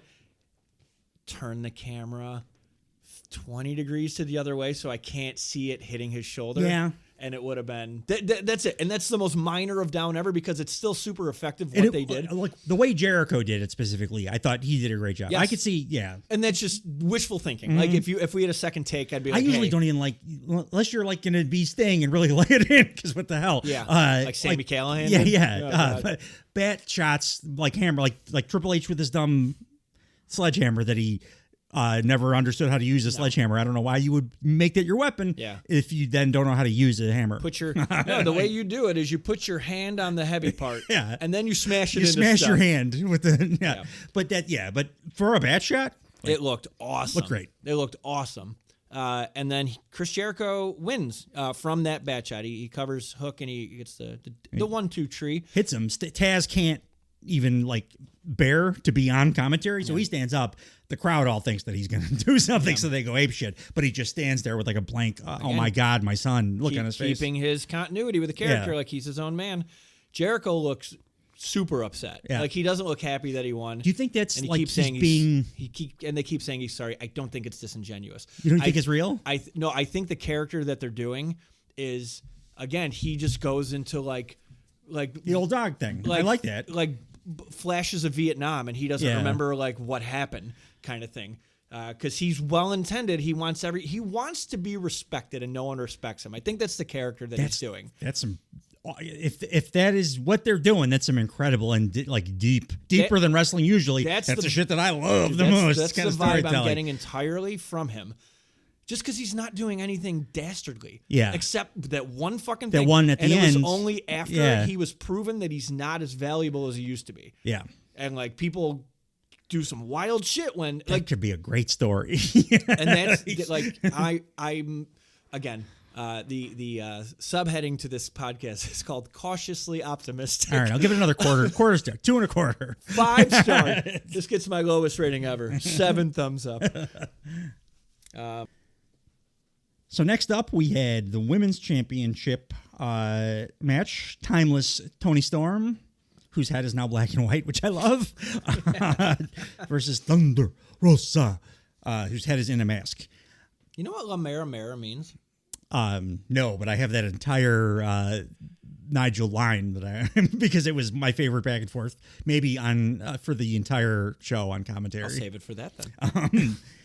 I will, but before we get into the meat of it, when we were watching this live, I didn't like the match very much. And then when I rewatched it, I was like, I think it was just because the Jericho match went too long and it me a little bit. Right.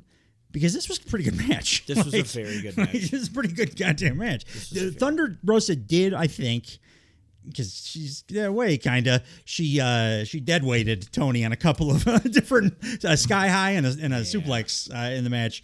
But like their real life, I'm pretty sure it exists. Animosity like came through, and they were potatoing the hell out of each other, which made for a pretty good match. Yes, yes. I didn't want to be presumptuous and be like they were very stiff. But Toni Storm, like when Rosa went out, she said publicly that like. Not in so many words, but she said she could wrestle. She's faking it pretty much. Yeah. If she should tough it out, she's fine. And then Toni Storm hated that like real life Toni Storm hated that interim champion thing that they did which I thought was dumb too. I don't like when they call it that. Just call it the champion. 1000%. But she hated it and was real vocal about it. And then Rosa said some stuff back. Yeah. Rosa's got a pretty storied history of having spats with other wrestlers and maybe working a little stiff. People complaining about it. But sometimes it works in our favor as fans. Absolutely. And we get a match like this. Yeah. Not only was the match awesome, again, promo, very good line. Made you want Thunder Rosa to have a little bit of, a little bit of fan support.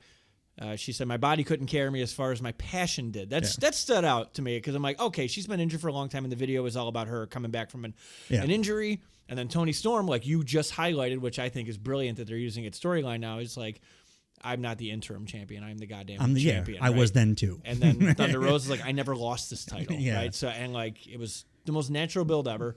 I should extrapolate on the Toni Storm's head being black and white. Yeah. Literally, her head was black and white. Yeah. Her hair was gray, like dyed gray, and she had like face paint on. Yeah. Like it was actually real makeup. I think like almost movie level makeup to make her head like look like it was black and white. Yeah, and then Rosa, her color palette, Toni Storm feels very authentic. Yeah, like it feels like if I went to a museum and I saw like, oh, this was an actual on-screen outfit for some movie in that era, it would be those colors, 100%, and like that cut and stuff. Like it just feels super well done. Rosa went with a different look too. It was mentioning Toni Storm's look. Yeah. Rosa came out wearing like a lucha mask the whole time, and she kept it on right up until to the point where the Tony Schiavone's like, okay, is she gonna wrestle in a mask now? Because it was like right before the bell rang before she took it off, because she took it off to reveal that she no longer is doing the face paint. No, she just had like regular eye makeup on. Yep. I thought it was an improvement. I liked her look here. 100%. She looked like lean as fuck too. She looked good. She looked in like it's a Sheamus situation. When she first came back, I think I was like, oh, maybe she doesn't have it anymore. I think it was just rust. Yeah, because she looks better like athletically, and just looks a lot crisper. Has the last couple of weeks. Yeah. My next note was what La Mera Mera means. Okay, so Nigel, like towards the start of the match too, so it fits. Nigel McGuinness now is on commentary. Taz had to leave because he was like inconsolable after his son got his brain caved in. on the prior match. So Nigel's now out on color commentary, and he does. Tony Storm looks like I'm going to sound like Will Ospreay, but Tony Storm looks like Betty Davis in Whatever Happened to Baby Jane. Rosa looks like Princess Jasmine from Aladdin. And if she can get a win here tonight, it certainly will be a whole new world for La Mera Mera. And then Excalibur goes, looks like we don't even have to be out here, Tony. Which I thought was absolutely delightful. Nigel was just sitting back, just, okay, what can I do? Yeah. I got a little bit of time here. What can I do to shine kind of thing. Well, Mera Mera means the boss. CEO. See, so now I'm a fan of Thunder Rosa too. Mera Mera. I had to Google it. I'm like, the fuck does that mean? Because she keeps saying it. As you mentioned, these two beat the shit out of each other. Yeah. Oh yeah. Yeah. Just a lot of good stuff. Top rope. Yeah. Now I don't have a ton to say either. I went 3.5 stars. Like, very good match. Yeah. 5 stars. I really think that initial watch and the crowd stayed pretty good for this too. Yep. Like I felt a little like, because the Jericho match went so long, like me personally, I was like, and it took me a little while. I didn't really warm up to it. But then again, when I watched it, the second watch, I was just like, was able to fast forward through a lot of the length of the Jericho match. So I didn't feel that hangover after that one. And this was just really good. Yeah. It was just, like I said, Thunder, a couple of points. Tony Storm went for a sky high. Thunder Rosa dead weighted her a little bit, and I think she was not being super cooperative on a suplex. But there was only those two moments in the match. The rest of it was just they were just beating the bloody hell out of each other. Absolutely. Tony Storm. My biggest takeaway is, of course, as always. I was right. What I was saying the entire time with Tony Storm is that I like her character. She should not do the character bullshit during matches, though. And she totally abandoned that bullshit in this match. Very briefly once. Yeah. They went to the black and white thing. Very briefly. But that was it. Yes. The rest of it, she wrestled like a Tony Storm match before she was timeless. Yes. And it was a million times better. Yeah. Big surprise. Also, too, like, I don't know if it's because of the program leading up to it, but they were doing a bunch of stuff with makeup and identity and stuff like that. And Tony Storm cuts a promo after. So Tony Storm wipes up, leading up to this, Tony Storm wipes off Thunder Rosa's makeup, which is her like signature to this point, which is why when she comes out with the mask, no makeup. It's a big departure from her, what we know about her. And then last week on Dynamite, Thunder Rosa like traps Tony Storm, like rubs or puts lipstick all over, like around her mouth, like how in movies they'll dictate someone like, oh, this is a crazy person because they're the lipstick thing, lipstick all over. But and then Tony Storm cuts a promo after with she's like clearly rubbed the lipstick into her face or whatever. She looks like a horror movie. She just left it on. Yeah, she like rubbed it and then was like, I'm not going to clean this up. I'm talking to the camera. She looks scary as hell. Yeah. So like if they're gonna do like make her unhinged, like that, like dope. Like use the crazy, timeless Tony thing to also be crazy. Like, oh Jesus, like when she snaps, it's dangerous. Totally. And she wrestled this match like that. And that removes like the tongue in cheekness of it all. Just like it's on when it's on, but like it's not when it's time to fucking go. Like go. It's, like we're gonna go. And she did some cool stuff. Like, and Thunder Rosa did too. She did a power bomb. She did an apron Death Valley driver. Yeah. Stiff. Everything was stiff. Everything was stiff. Tony Storm did a very smooth looking, like Thunder Rosa's like sitting on the middle rope, and Tony Storm runs behind her, does a backstabber, and then a DDT right into a really nice perfect plex. Yeah. And it looked fucking good. It's a fisherman suplex, Dave. We're not in the Fed. Perfect plex. And then I don't know if this cameraman's going to get a promotion or be fined. But Mariah May jumps on the ring apron, and Mariah May has shorts on, but she has a skirt on as well.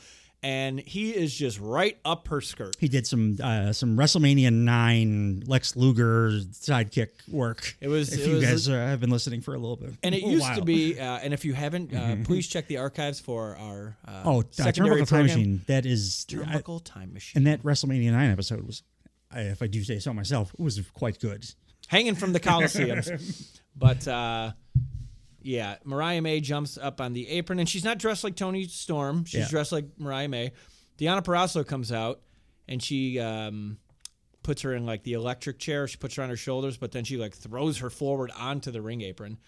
This made me laugh out loud because of like if you think about like the implications of this if it went the way he wanted it to. So after Deonna Purrazzo attacks Mariah May off camera, Luther is apparently running full speed toward Deonna Purrazzo, and she sidesteps and throws him into the ring steps. Good point. What was 300-pound ass Luther gonna do? Was his intention to like spear the shit out of a woman? Annihilate. Yeah. Maybe he was pissed off because Rosa potatoed him on Dynamite. Yeah, it made me laugh out loud thinking about that. Mariah May and Deonna Purrazzo fight to the back. Thunder Rosa gets, she's the victim of the Storm Zero, the snap pile driver. It's a cool looking. It's dope. It doesn't work because, like I said, Thunder Rosa kicks out. Yeah. Which at this point, while we were watching the first time, I was like, is that supposed to happen? Yeah. Which is that's the cool thing that can come out of like, I'm not sure if these people are cooperating 100% with each other because I know they don't like each other. It puts that doubt in your mind, and then I get worked by like a kick out. And I'm like, was that supposed to happen? Is this going sideways? Makes it a lot more exciting. Yeah. Already she's back and she's pulling this shit. Toni Storm puts Thunder Rosa in a Texas cloverleaf.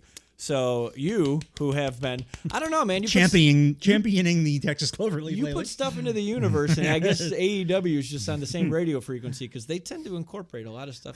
I'm on that wavelength, Dave. Yeah. I'm on the AEW wavelength. Yeah. Are you on the staff? Are you on the payroll? Not yet. Not yet. So the finish was this annoyed me.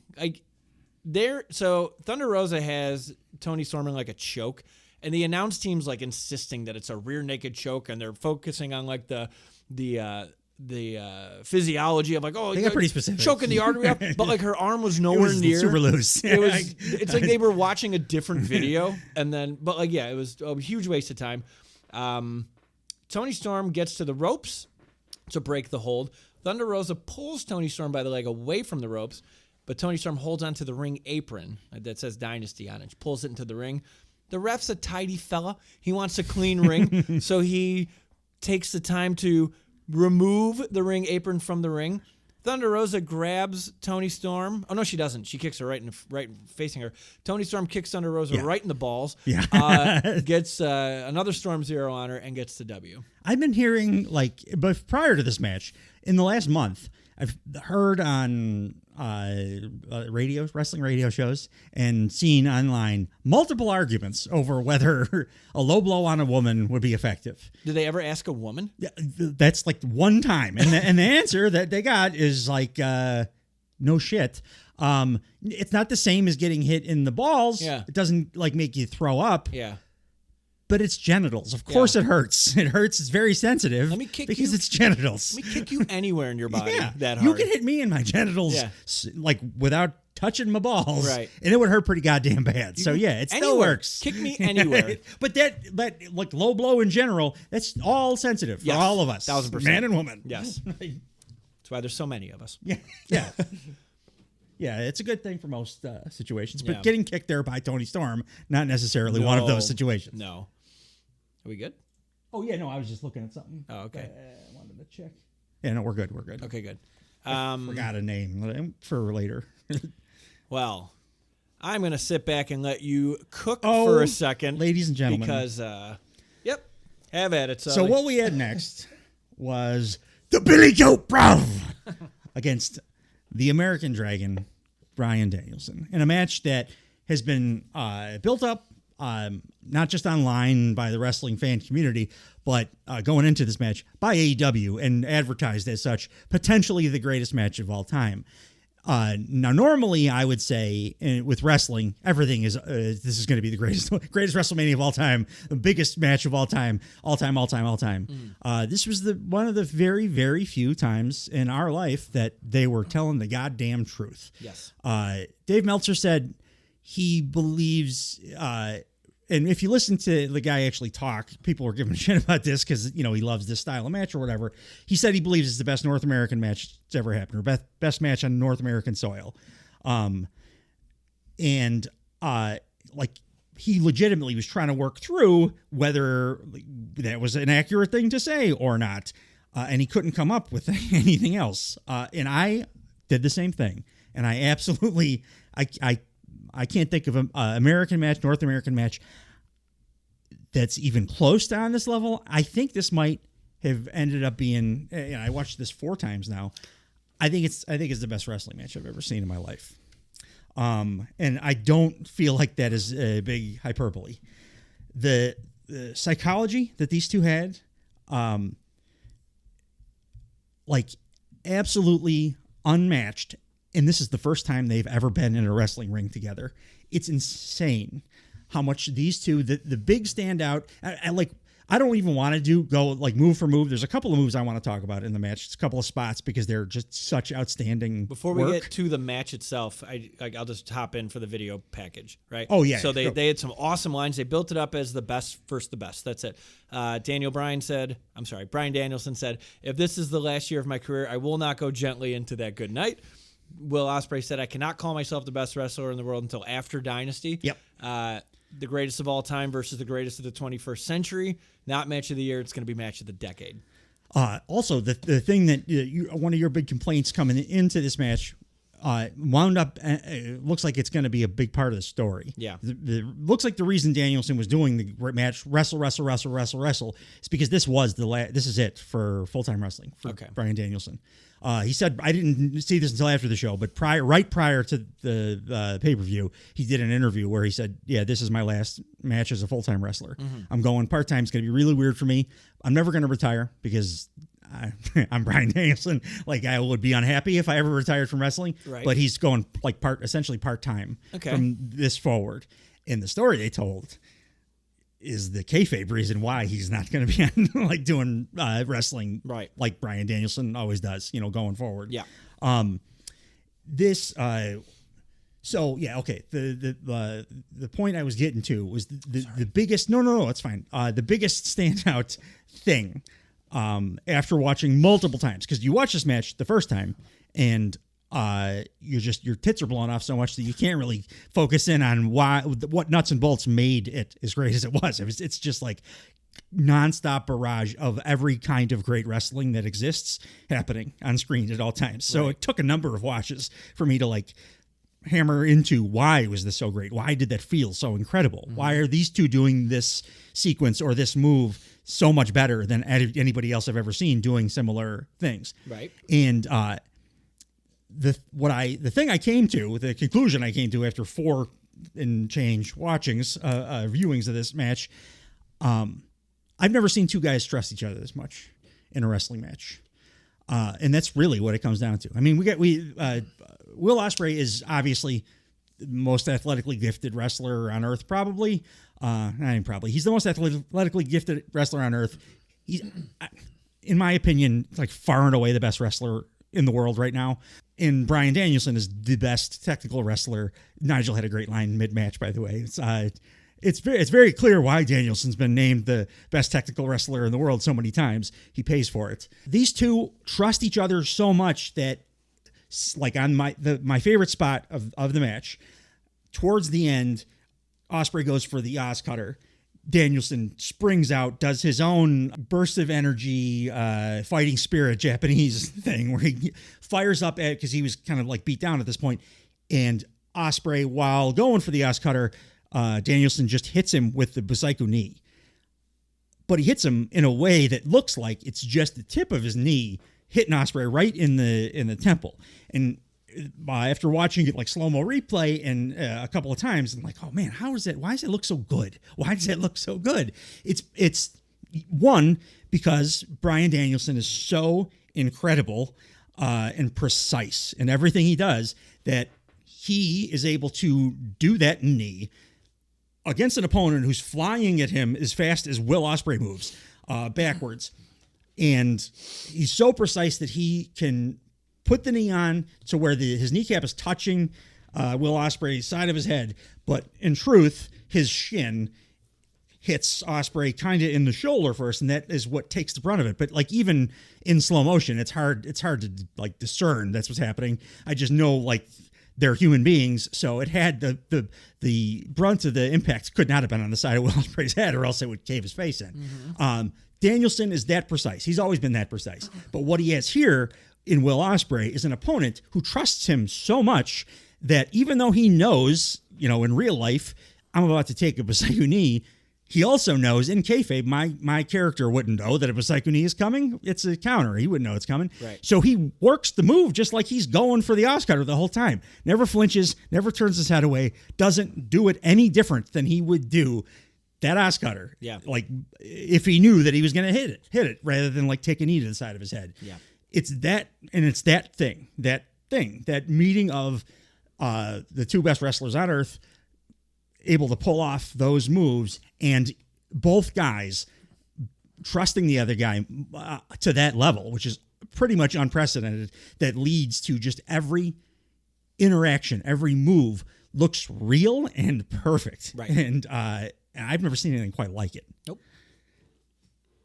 Anything else, Dave? I mean, you could start. I just monologued for several minutes. But I have more to talk about in the match. I just didn't want to do villain in the movie monologuing, just talking. I only had a couple small details. I thought this match is going to be remembered for several sequences in the latter half. Yeah, but the beginning of the match was super understated, where they were just trying. They started technical, right, and it started like a manageable tit for tat kind of thing. They were doing the chain wrestling, where they would and they the ECW face off and the crowd popped after they did a long string of chain wrestling. The crowd for this But then Will Ospreay tried to go submission style, right, and he tried, and Danielson at one point after Ospreay had him in whatever the fuck he had him in.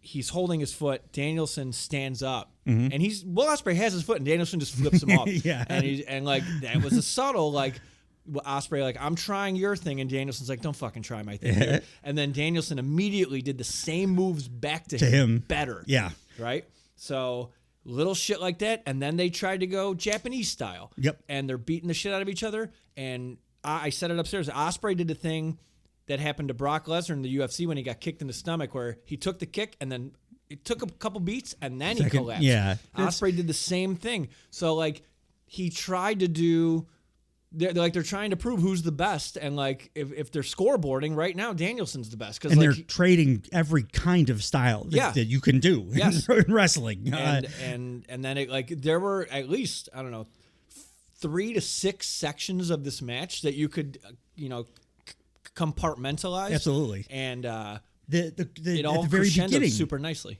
To your point on the little character stuff too, in the early part of the match, for the first 2 minutes maybe. By the way, the crowd for this match is molten. It's the hottest crowd I've seen. I'll say it's a tie. Hottest crowd I've ever seen with Money in the Bank 2011 Chicago. Hogan Rock?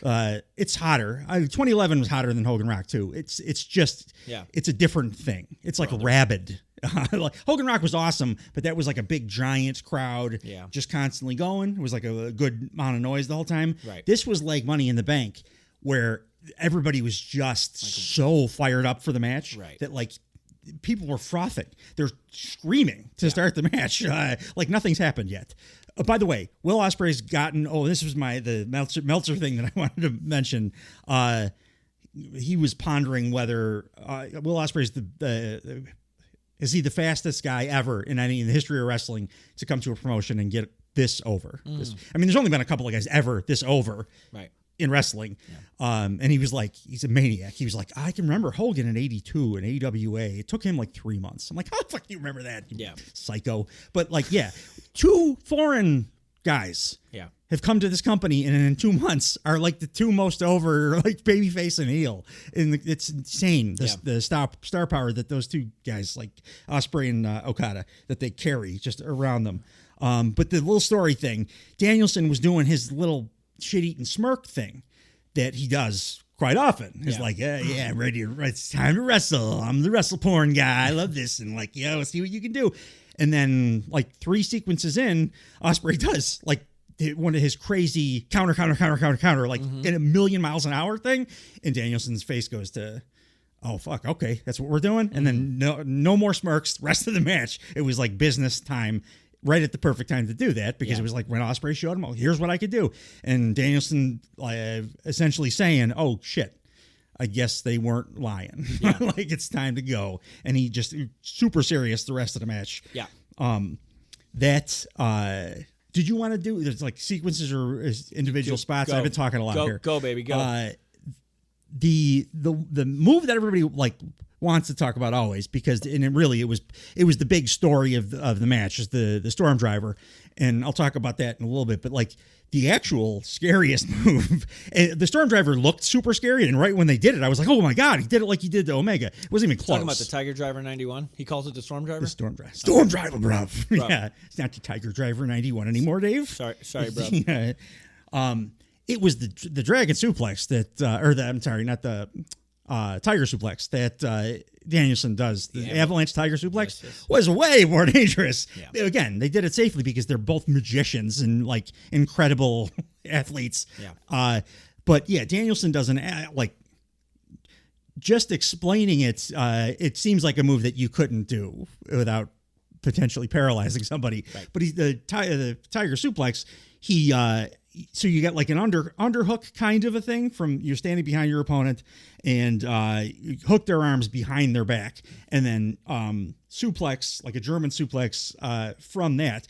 They did it from the top goddamn rope and it looked like Ospreay just landed right on top of his head. He didn't. Again, slow-mo replay. You're like, oh, okay. No, he's unbelievable. He's like Cirque du Soleil. Yeah. He landed on the upper part of his back somehow. I have no idea how. Also, too, when we were watching it, I remember we were saying it looked like he let him go way faster than he actually did. Because then they replayed it and you're like, he hung on. He's still got his arms. They're an inch off the mat. He's still got his arms. Like, that's that trust thing. Like, you can't have that. Yeah. Like, I think that might be the secret sauce for Will Ospreay is just trust. Like, he knows he can do everything, but he trusts his opponents to do it too. So nothing ever looks like he never does the little nanosecond flinch that most people do in wrestling because you know the thing's coming. So you brace for it a little bit because you're human.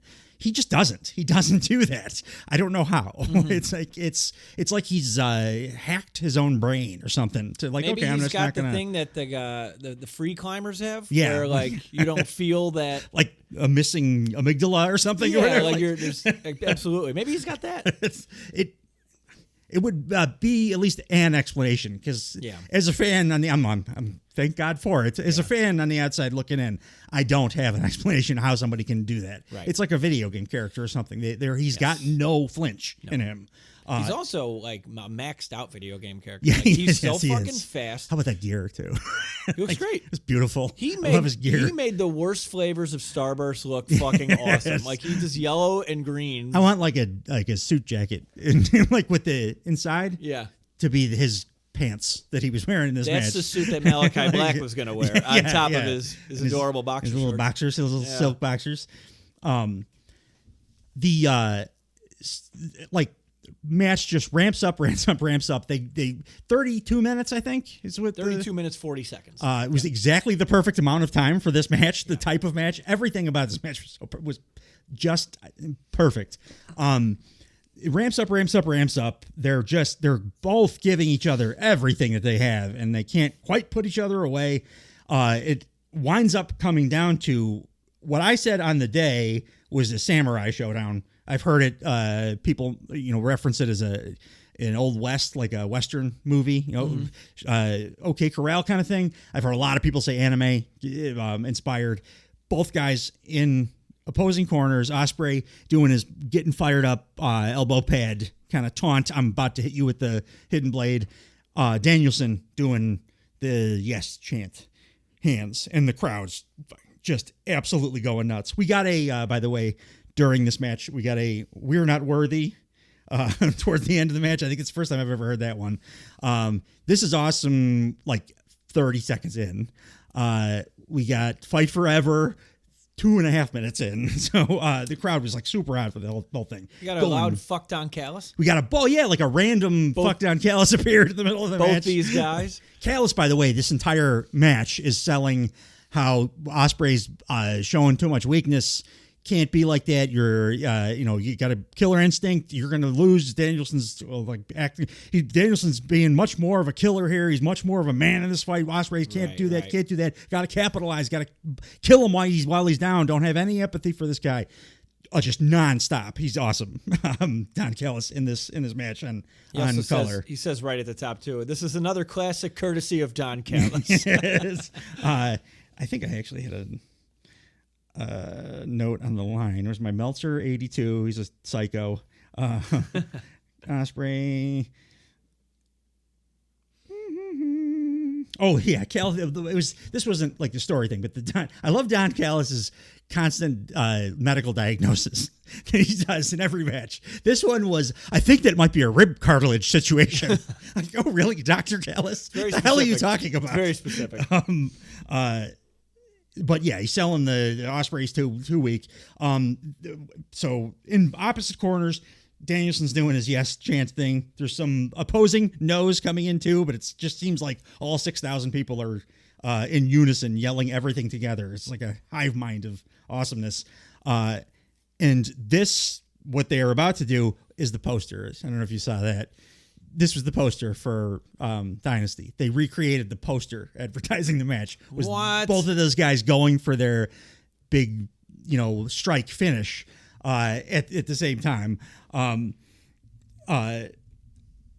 Ospreay's just a hair quicker and hits the hidden blade. Yeah. Danielson can't quite get the Busaiku knee off in time. Look at that. That's little details. That's video game shit. AEW. By the way, we got about 7 full-throated AEW chants. It was ECW level AEW chants. I was chanting it on the deck. I did. Dave can attest to this. I watched the entire pay-per-view. We watched it out on my deck. I bring a TV out there. It's like a closed-in deck. Sitting at a table. This match, I could not contain myself. I had to stand about 8 inches from the TV the entire thing. So the hidden blade beats out the Busaiku knee. And at this point, Ospreay's like in that zone where he gets so fired up and it's time to put the guy away. They've been building this up for several weeks. AEW, by having multiple opponents do the thing where after he hits the big move, they do the okay, just kill me kind of thing. So Ospreay takes him, grabs Danielson, puts him up for the Tiger Driver 91, aka Storm Driver, the thing that in the first promo in the build to this match, Ospreay referenced. Danielson coming to him and saying, "Was it worth it, bruv?" Using this dangerous, quote unquote, dangerous move. And Ospreay's thing was, "Well, I got the win." So of course it was. Hits the Storm Driver. When he first does it, I thought he killed Bryan Danielson. Turned out it was like the safest one that he's ever done because these guys are just geniuses. And after he hits it, Ospreay's like, he's going to do the thing, go back to his corner, all fired up. Going to hit the hidden blade, and again, this is the story they've been telling too with his opponents that have been increasingly difficult to put away. But at the end, they basically all of them have been conceding the okay, just hit me, end this. So Ospreay's ready to do that. His back is to Bryce Remsburg, the ref, and Danielson, who, unbeknownst to Will Ospreay now, because he's so fired up and facing out to the crowd, getting fired up. Chanting along with the crowd back to the situation the entire time. Danielson is selling like seizure, like he's got a broken neck or he's kicking his legs. Like it's really, really realistic selling. It was off-putting. The only time that you can, and like in retrospect, when it happened, I was like, oh shit, is he hurt? Is he hurt? Because everyone was like, oh, is he hurt? Yeah. The only time Bryan Danielson is actually hurt is when you have no idea if he's hurt. He's convinced me now, and over the course of the last 18 months, that he broke his leg when he was doing a joke spot where he stuck his foot in between a ramp and a ring, and then pretended like it was broken and he was gonna be out for forever. And multiple concussion seizure spots, like every one of them. I'm like, oh my God, I think he's really hurt. Yeah. But then when he broke his arm halfway into an Okada match, I had no idea. Broke his orbital bone halfway through a match, no idea. Yeah. So when he's hurt, we don't know. When he's selling, we all think he's dying. So Remsburg is like motioning to Doc Samson, come in. Now, if in kayfabe, Bryce Remsburg is a terrible referee here, because if you really thought Bryan Danielson was like dying, he would just grab Will Ospreay and be like, no, we have to stop the match. What he's doing is calling Doc Samson over, gets up to like get closer to the doctor so he can hear him, to call him, and that is when Ospreay turns around. So he has no idea that the referee this whole time, while Ospreay's been all fired up in the corner, facing out to the crowd, the refs has been like checking on Danielson to the point where it's clear that there's a problem in kayfabe, but there's a problem. So when the ref gets up, Ospreay turns around. Never in his sight line for 1 second does he see Bryce Remsburg like hunched over Danielson. So he thinks it's go time. It's what I've been dealing with for the last several weeks. Every one of these matches, it's ending exactly the same as that. I'm going to put him away. And he hits him with just the most brutal looking hidden blade. I think he's done so far in this company. And Danielson's just selling is absolutely unbelievable. I think I figured out how the hidden blade works, kind of, but I still don't understand the timing. I have no idea how Danielson can react as quickly as he does in the cell without getting killed. Ospreay gets the 1, 2, 3 here. Place goes berserk. But then Danielson continues to like sell the injury to the point where Ospreay starts to notice and is like going over to check. Is he okay? And then Doc Samson's like, no, he's not okay. Did you see what you did? You just hit him in the head. Yeah. You almost paralyzed him, and then you hit him in the head. And he's like, I have no idea what you're talking about, because he didn't see it. Right. And I think that's what, and with that alongside the Don Callis, he's being weak. He's showing too much empathy. Well, Ospreay shows a lot of empathy after this match. And then in the post scrum, he announced that he's retiring the Storm Driver. Yeah. Because that's the story. It's been the story. The move has been the story in the build up to this match, which was fantastic. And it's going to be the story that brings us through to the eventual feud with Don Callis, breakup, however they want to do it. It's going to be better than what I can think of. But that's going to be, they postmarked it for us throughout this match. So who do you think he beats with the Storm Driver next? Because he's not retiring it. He's not retiring it. It's going to be brought out for a very special It's going to be like in 7 months or something. Yeah. But or maybe like if they want to go full NJPW, because this is a big Japan thing, is that specific moves are like banned or too dangerous to use, and then you use it, but it's like once every 2 years or something. So it'll be like either Omega, like when he wins the title. It'll be I would. By the way, everybody's like, "Oh, it's got to be Ospreay Swerve at Wembley." Too soon. Ospreay Okada is what I would do at Wembley, because nobody's going to be upset about that. What is it? 4 months? Yeah. But I don't put the title on him yet. He's so lava hot. Yeah. It ain't going. That heat is not going anywhere, man. As long as he's on TV and wrestling like this, right, that he's just going to get hotter. He's going to not only will he not cool off, he'll bring fans in. This is how you wrestle some people into a company. Yeah. Wrestle new fans on board, because this was I think it was a really savvy little move. Somebody tweeted this entire match out immediately after the show. Everything that went out after the show, that people were putting out, AEW was getting shut down. The person whoever tweeted this out, it was like a anonymous Twitter account, tweeted this out, was getting millions of views, and they didn't take it down for 24 hours or something. So I think that was just straight up AEW going, let that get out. Yeah. Let's let everybody see this fucking thing, and they're going to want to come back and watch this again. 100%.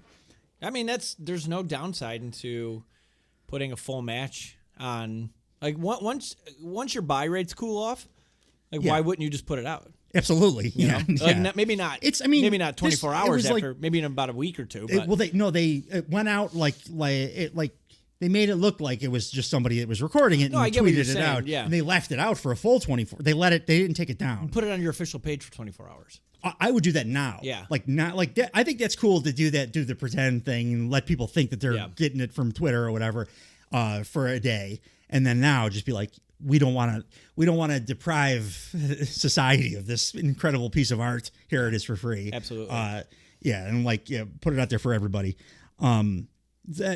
Pretty sure it's the best wrestling match I've ever seen. 5 gold stars, obviously. I can't imagine anything is going to beat this for match of the year.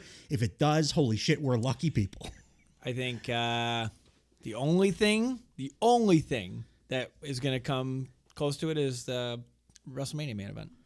It wasn't my top match at WrestleMania, so. But like, it depends who votes, right? Yeah, like yeah, if you're like traditionally, I understand when people are like, "That's my favorite thing that's happened." Yes, they look at like overall impact. Yeah. To a product or something like that. But like, yeah, athletically. I mean, I think they're all, anybody that does that is stupid and wrong, but I understand where they're coming from. Yeah. Yeah, they want a job. This is the greatest. It's sycophantic. I forgot my favorite Don Callis nonsense. He, in the storytelling that he was doing, of like Ospreay's, you can't, don't waste time. You gotta, kick him while he's down, kill this guy. Callis says, where'd it go? Here we go. Stop worrying about these, because Ospreay hit a move and then the crowd went nuts. So he like kind of motioned to them like, thanks, let's get fired up. Yep. Callis says, stop worrying about these Visigoth fans. And I was like, I don't know what that means. So I looked it up, and the Visigoths were like the Germanic, what they called the savage people. Yeah. That invaded the Roman Empire and effectively ended the Roman Empire. It was like these savages that invaded there were so many of them that they like overthrew the German Empire. Most historians think that this was like the main cause of the fall of the Roman Empire. That's what Don Callis used to call the people of St. Louis and now savages, basically. The ancestors of the group of people that overthrew historically what is considered one of the most powerful, if not the most powerful civilization of all time, is just filling up AEW shows. It was him saying they're savages. No, I know what. but Visigoths is just such a fucking heel way to say that. They really lost their aim. Is what I'm saying. Fuck Rome. Let's go to Dynasty. Yeah, I mean, you summed up everything pretty goddamn perfectly. We could go spot for spot match in the match, but just spend the money. This match is worth the price of the pay-per-view. Yeah, like even knowing the results, I would say like go maybe use a VPN if you're in America and get the British price, but pay for it. Sure, yeah pay for it. Go buy it. It was fucking good. Felt really bad for everything that had to follow this because nothing came close to this. Afterwards. I'm probably gonna roll your eyes at this, but I didn't think it until after the show. What a great like actual not kayfabe shoot leadership move it is to you're an EVP and you're like, what's got to go on after fucking Ospreay Danielson? Yeah, we got it. Yeah, like nobody else wants that spot. But nothing. But how they book pay-per-views? We called it. That's the order it was gonna go in. But like following this thing. They had to work their asses off to like they worked the crowd. So the next match was the EVPs versus FTR, the ladder match for the tag belts. Shout out Stus. I think I'm with Stus on this. I think it's my favorite belt in wrestling is the AEW tag belts. Yeah. And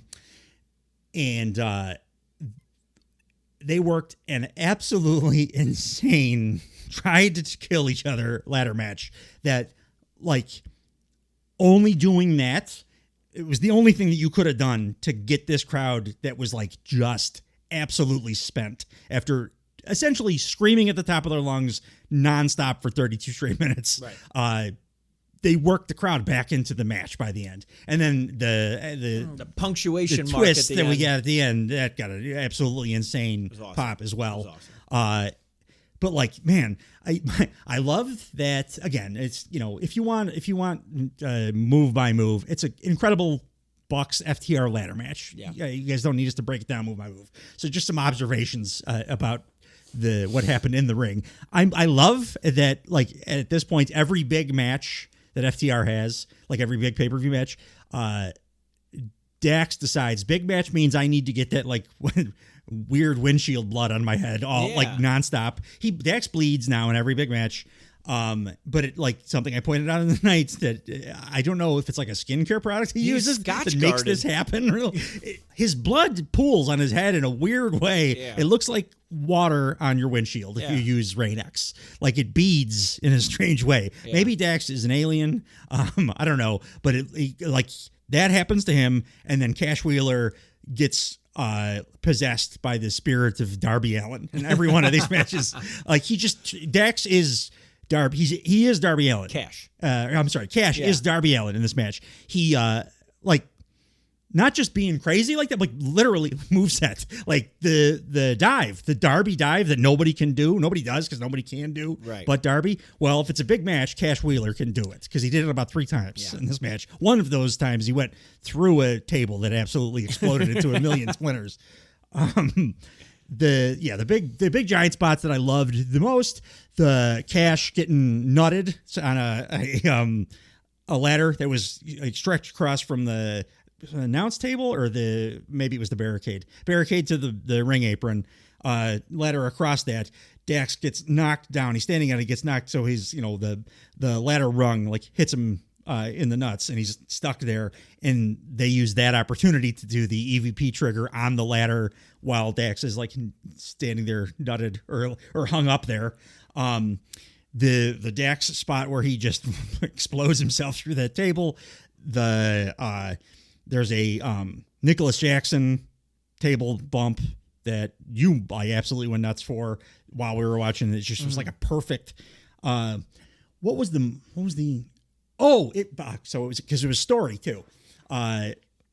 This might have been a different, separate, because there was about 100 awesome table bumps in this match, but Nicholas did the story coming in, or one of the stories that I had like brought up on previous podcasts, was that Cash Wheeler's been in every one of these Bucks matches more and more trying to do and pull off and successfully hit a 450.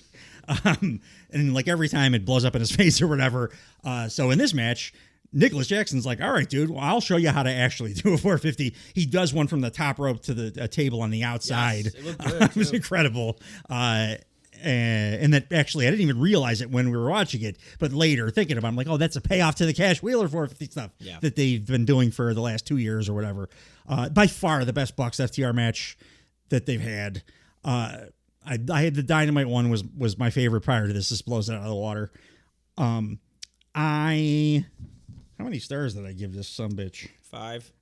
No. 4 3/4. So pretty darn close. Yeah. And that's because partly I'm including the little angle they did at the end of the match because it popped the crowd so hard. Yeah. And it made me question whether the releasing the footage was a bad idea or not. I was so certain it was a terrible move. Yeah. So the way this is finished is FTR had the upper hand. Dax is ascending the ladder. What looks like a fan runs in to the ring. These security guys, they are always the ones that, and they're the actual AEW security guys. They're so good. They made it look like this was real, kind of. They get a hold of the fan wearing a Sting mask, wrestle him into the corner, like perfect spots for doing this. Rip the mask off of his face. Fan first. I'm sorry, I should have said this. Fan runs in the ring, hits the ladder. So Dax now is, instead of grabbing the belts like he was just about to do, he's now knocked out of the match altogether. Fan gets wrestled into the corner. Security guys rip the mask off, and it is Jack Perry doing the best shit-eating grin I've ever seen in my life. It was a hell of a face. The crowd erupted, which I don't know how they have any energy left. And they actually were hot for the whole main event, too. Yeah. I was tired watching this, like, at my house with you guys. The crowd was, I don't know if it was on, like, meth or something. They just were fired up the entire damn time. It was awesome. Right. But they blow up for this. Then security is like, he's one of ours, right? What do we do? Does he work here? Like, they were confused, as you would be, and wrestle him out.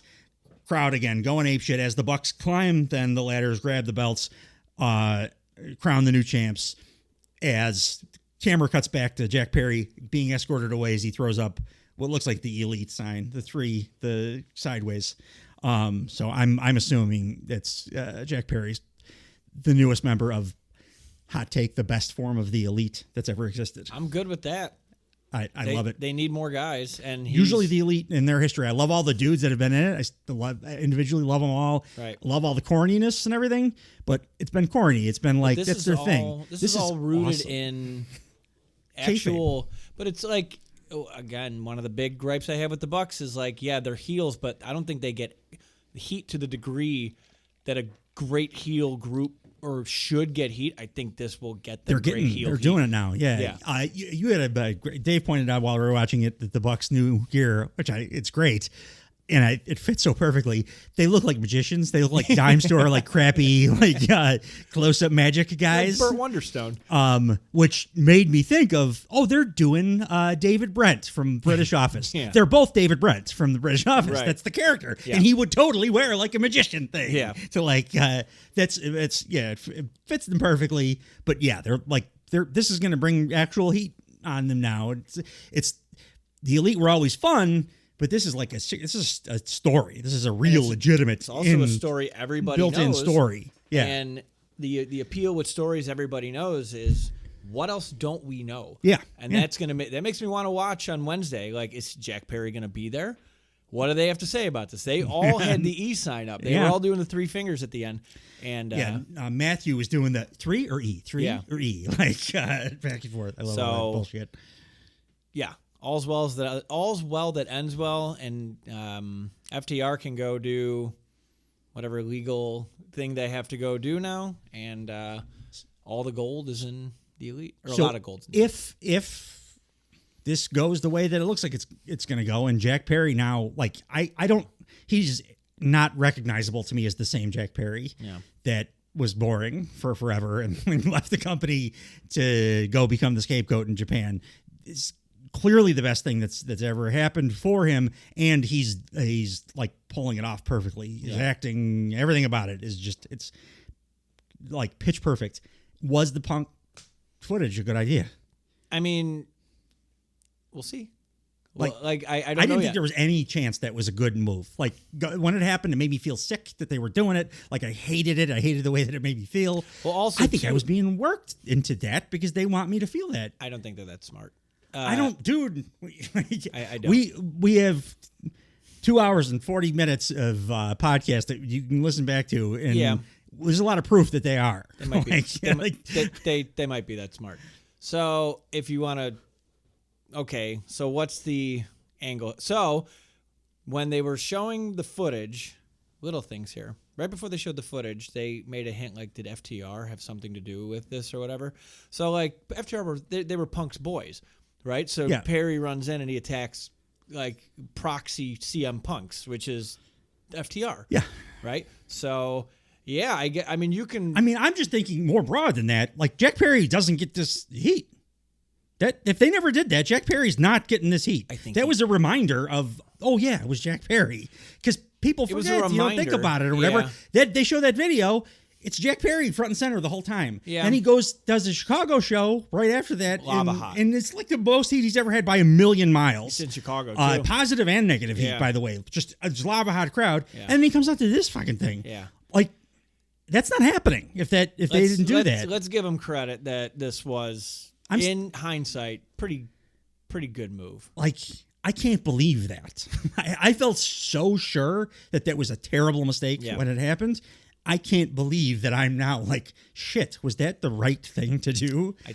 I now that the more you're talking, I think not only was it the right thing to do, it feels, because like I'm just remembering little lines from when the Bucks were teeing up the video. Yeah. Because they I was like, why are you talking so much? Yes. Like, but like then everything about it, I think thought about it was what terrible. they said, and you're like, okay, a month later, does it make sense? It's kind of making sense now. And he just wouldn't get that. Like, that if they didn't hit the bee's nest, stir up all those negative feelings, negative emotions from us too. Like, the only thing that it relies on Punk doing the interview first, or that was just their lucky cover that that happened to happen, and they can act like, it was a response to. Who knows? I just assumed it was a response to. We're never going to find that out. But I just know Jack Perry wouldn't get in that goddamn lava hot eruption of a reaction without that happening. So, everything you're saying makes sense. When AEW's going well, they are smarter than I am. So, like, well, I mean, if that's I just can't get. It was a good idea regardless. In like I said, several weeks or whenever that was later. Can you? All right, let's just say they did plan this for when they planned it. Yeah. And just by sheer fucking lottery luck, Punk does a shoot promo on the company days prior. Yeah. How I would go to Vegas and bet my mortgage on everything. I mean, either way, it seems like it was either it was, oh shit, let's take advantage of that and do this brilliant thing. What it looks like, again, like 2 days ago, I would have told you 100%, like hand on the Bible. I think that was a terrible, stupid, backwards thinking move. And everybody else did, and everybody else on Earth did too. But even if, like, whether it was the big plan and Punk happened to do a thing that just super lucky timing wise, or they saw the Punk thing and were like, I have a great idea for how we can capitalize on this and turn one of our guys into a star. Because they were going to do it anyway. Like he was coming back anyway. Yeah. So, oh man. All right. Yeah, I like that. I like that they're the smartest guys in the room. It's a good time to be a wrestling fan, man. Yeah, this is good. Well, dude, fucking, I don't know. It's because now we haven't heard him talk yet, and you're gonna talk on Dynamite. So let's hear him talk, and let's get. I don't know, because I don't like. I've been not quiet about how much I'm not really vibing with their vibing. I'm 40. I'm not. It's 2024. You could say the word. I'm not really loving their middle management, not doing as much heely shit as possible stuff. But if they come out on Wednesday and they have completely fucking gone balls to the wall with being huge pricks, and this is how they do it, I'm turned forever. They just wormed their way into the tag titles, first ever 3-time tag champs. Right. Brought their guy back, who's the reason that their biggest enemy on Earth is no longer in the company, at least in kayfabe. No, all that. Yes, all that. It will almost. I'm not arguing. I'm just talking it through. Erase everything that I've been griping about for the last several months. I hope you're right. Yeah, man. I hope you're right. I love being worked. Between that, I love being worked. I mean, between that and the Jericho thing. Yeah. Jericho thing is more shocking to me, even what was not shocking? The main event of the evening. I can't believe I got this wrong. I can't believe I called fucking. You weren't the only one, man. It was the tightest odds on the whole show. Yeah. And I heard a lot of people saying that they thought they were going to go with Joe because everybody's assuming Will Ospreay is going to win the title at the stupid Wembley. I think he's going to win the title at Wembley in 2025. Next year. Yeah. You don't put the title right on him right now. You ride this wave. Yeah. I think he should be a heel when he wins the title. Yeah. I thought on the night, I was like, oh, this is a really good match. It's too bad that probably suffered a little, even though the crowd was super hot for the entire main event. It was a couple notches down after. The Ospreay thing was it peaked the meter as high as you can go, and nothing. Yeah, it broke the meter a little bit. Right? And upon rewatch, I agree that it was a step down intensity wise, but it was mostly because it felt like a coronation, which it was just always gonna. Yeah. Everybody now was so on board and have decided that it is time. It is time for Swerve to get his flowers. And they agreed, and it was pretty clear that he was going to win for the whole match. Kind of going into at the very end, they did a nice job doing a little story that worked us, made us think that maybe he's going to choke. They put that out there to make us think, oh, why are they saying choke? Why are they saying choke so much? That doesn't make sense. Are they gonna do it? So it gave you that doubt. So it made the match a little bit better because made you and a lot of other people pick Joe going into the pay-per-view. But it's still, on the night, it felt like a coronation. It was a very good match. Yeah. I'll just say right now, I went 3 3/4 stars. 5 so stars. Just under a great match. Yeah. With a couple of incredible spots. The ending spot that I initially thought was kind of clunky was actually one of the most athletic things you could possibly do. Mm-hmm. Joe had Swerve in the corner. Swerve standing on the top turnbuckle, Joe standing on the middle turnbuckle. Joe is about to try to do a superplex or the Swerve does the thing that I've never seen before where he grabs Joe's mouth and nose and holds it closed. So Joe he can't breathe and he can't really do much with his hands because he's holding on to the rope, so he can't get Swerve's hand off, and he starts to get kind of lightheaded, so his hands drop a little bit, and then Swerve just jumps over Joe's head into the ring, which is like insane athleticism. Gets under him and then does hit a powerbomb, which for a 320-pound man is nuts. Hits, as always, perfect swerve stomp. There was an earlier swerve stomp in this match where Joe, he was no hangman as far as like getting in the right spot. This one looked much, much better. Yeah. It was a better way to finish it. Like Swerve won kind of as expected. Crowd still went apeshit for it because it was like time. They did kind of give their hand away a little bit more even, but I think that added to the positive coronation vibes. Stephen Smith, the only match that he refed on the show, and might have been his first pay-per-view. I can't remember seeing him on a pay-per-view in the past. It's their only black ref. So it felt like, oh, they're doing a thing. Yeah. This is a thing. I mean, he was very vocal. He being Swerve, I want to be the first black world champion. Yeah, quite a bit. Came out dressed as Black Panther. I think he was Killmonger. He wasn't Killmonger. I've still said it, and then I've seen it a number of other times. He's got all the dots all over him. I mean, Black Panther makes more sense for what he's doing. He's a babyface. Yeah. But I'm not arguing that it was. I want to argue for a friend long said time. It, and then I saw a number of people online just say, "Oh yeah, it was Killmonger." I think maybe people are saying that because Swerve has talked about how his character was in the past.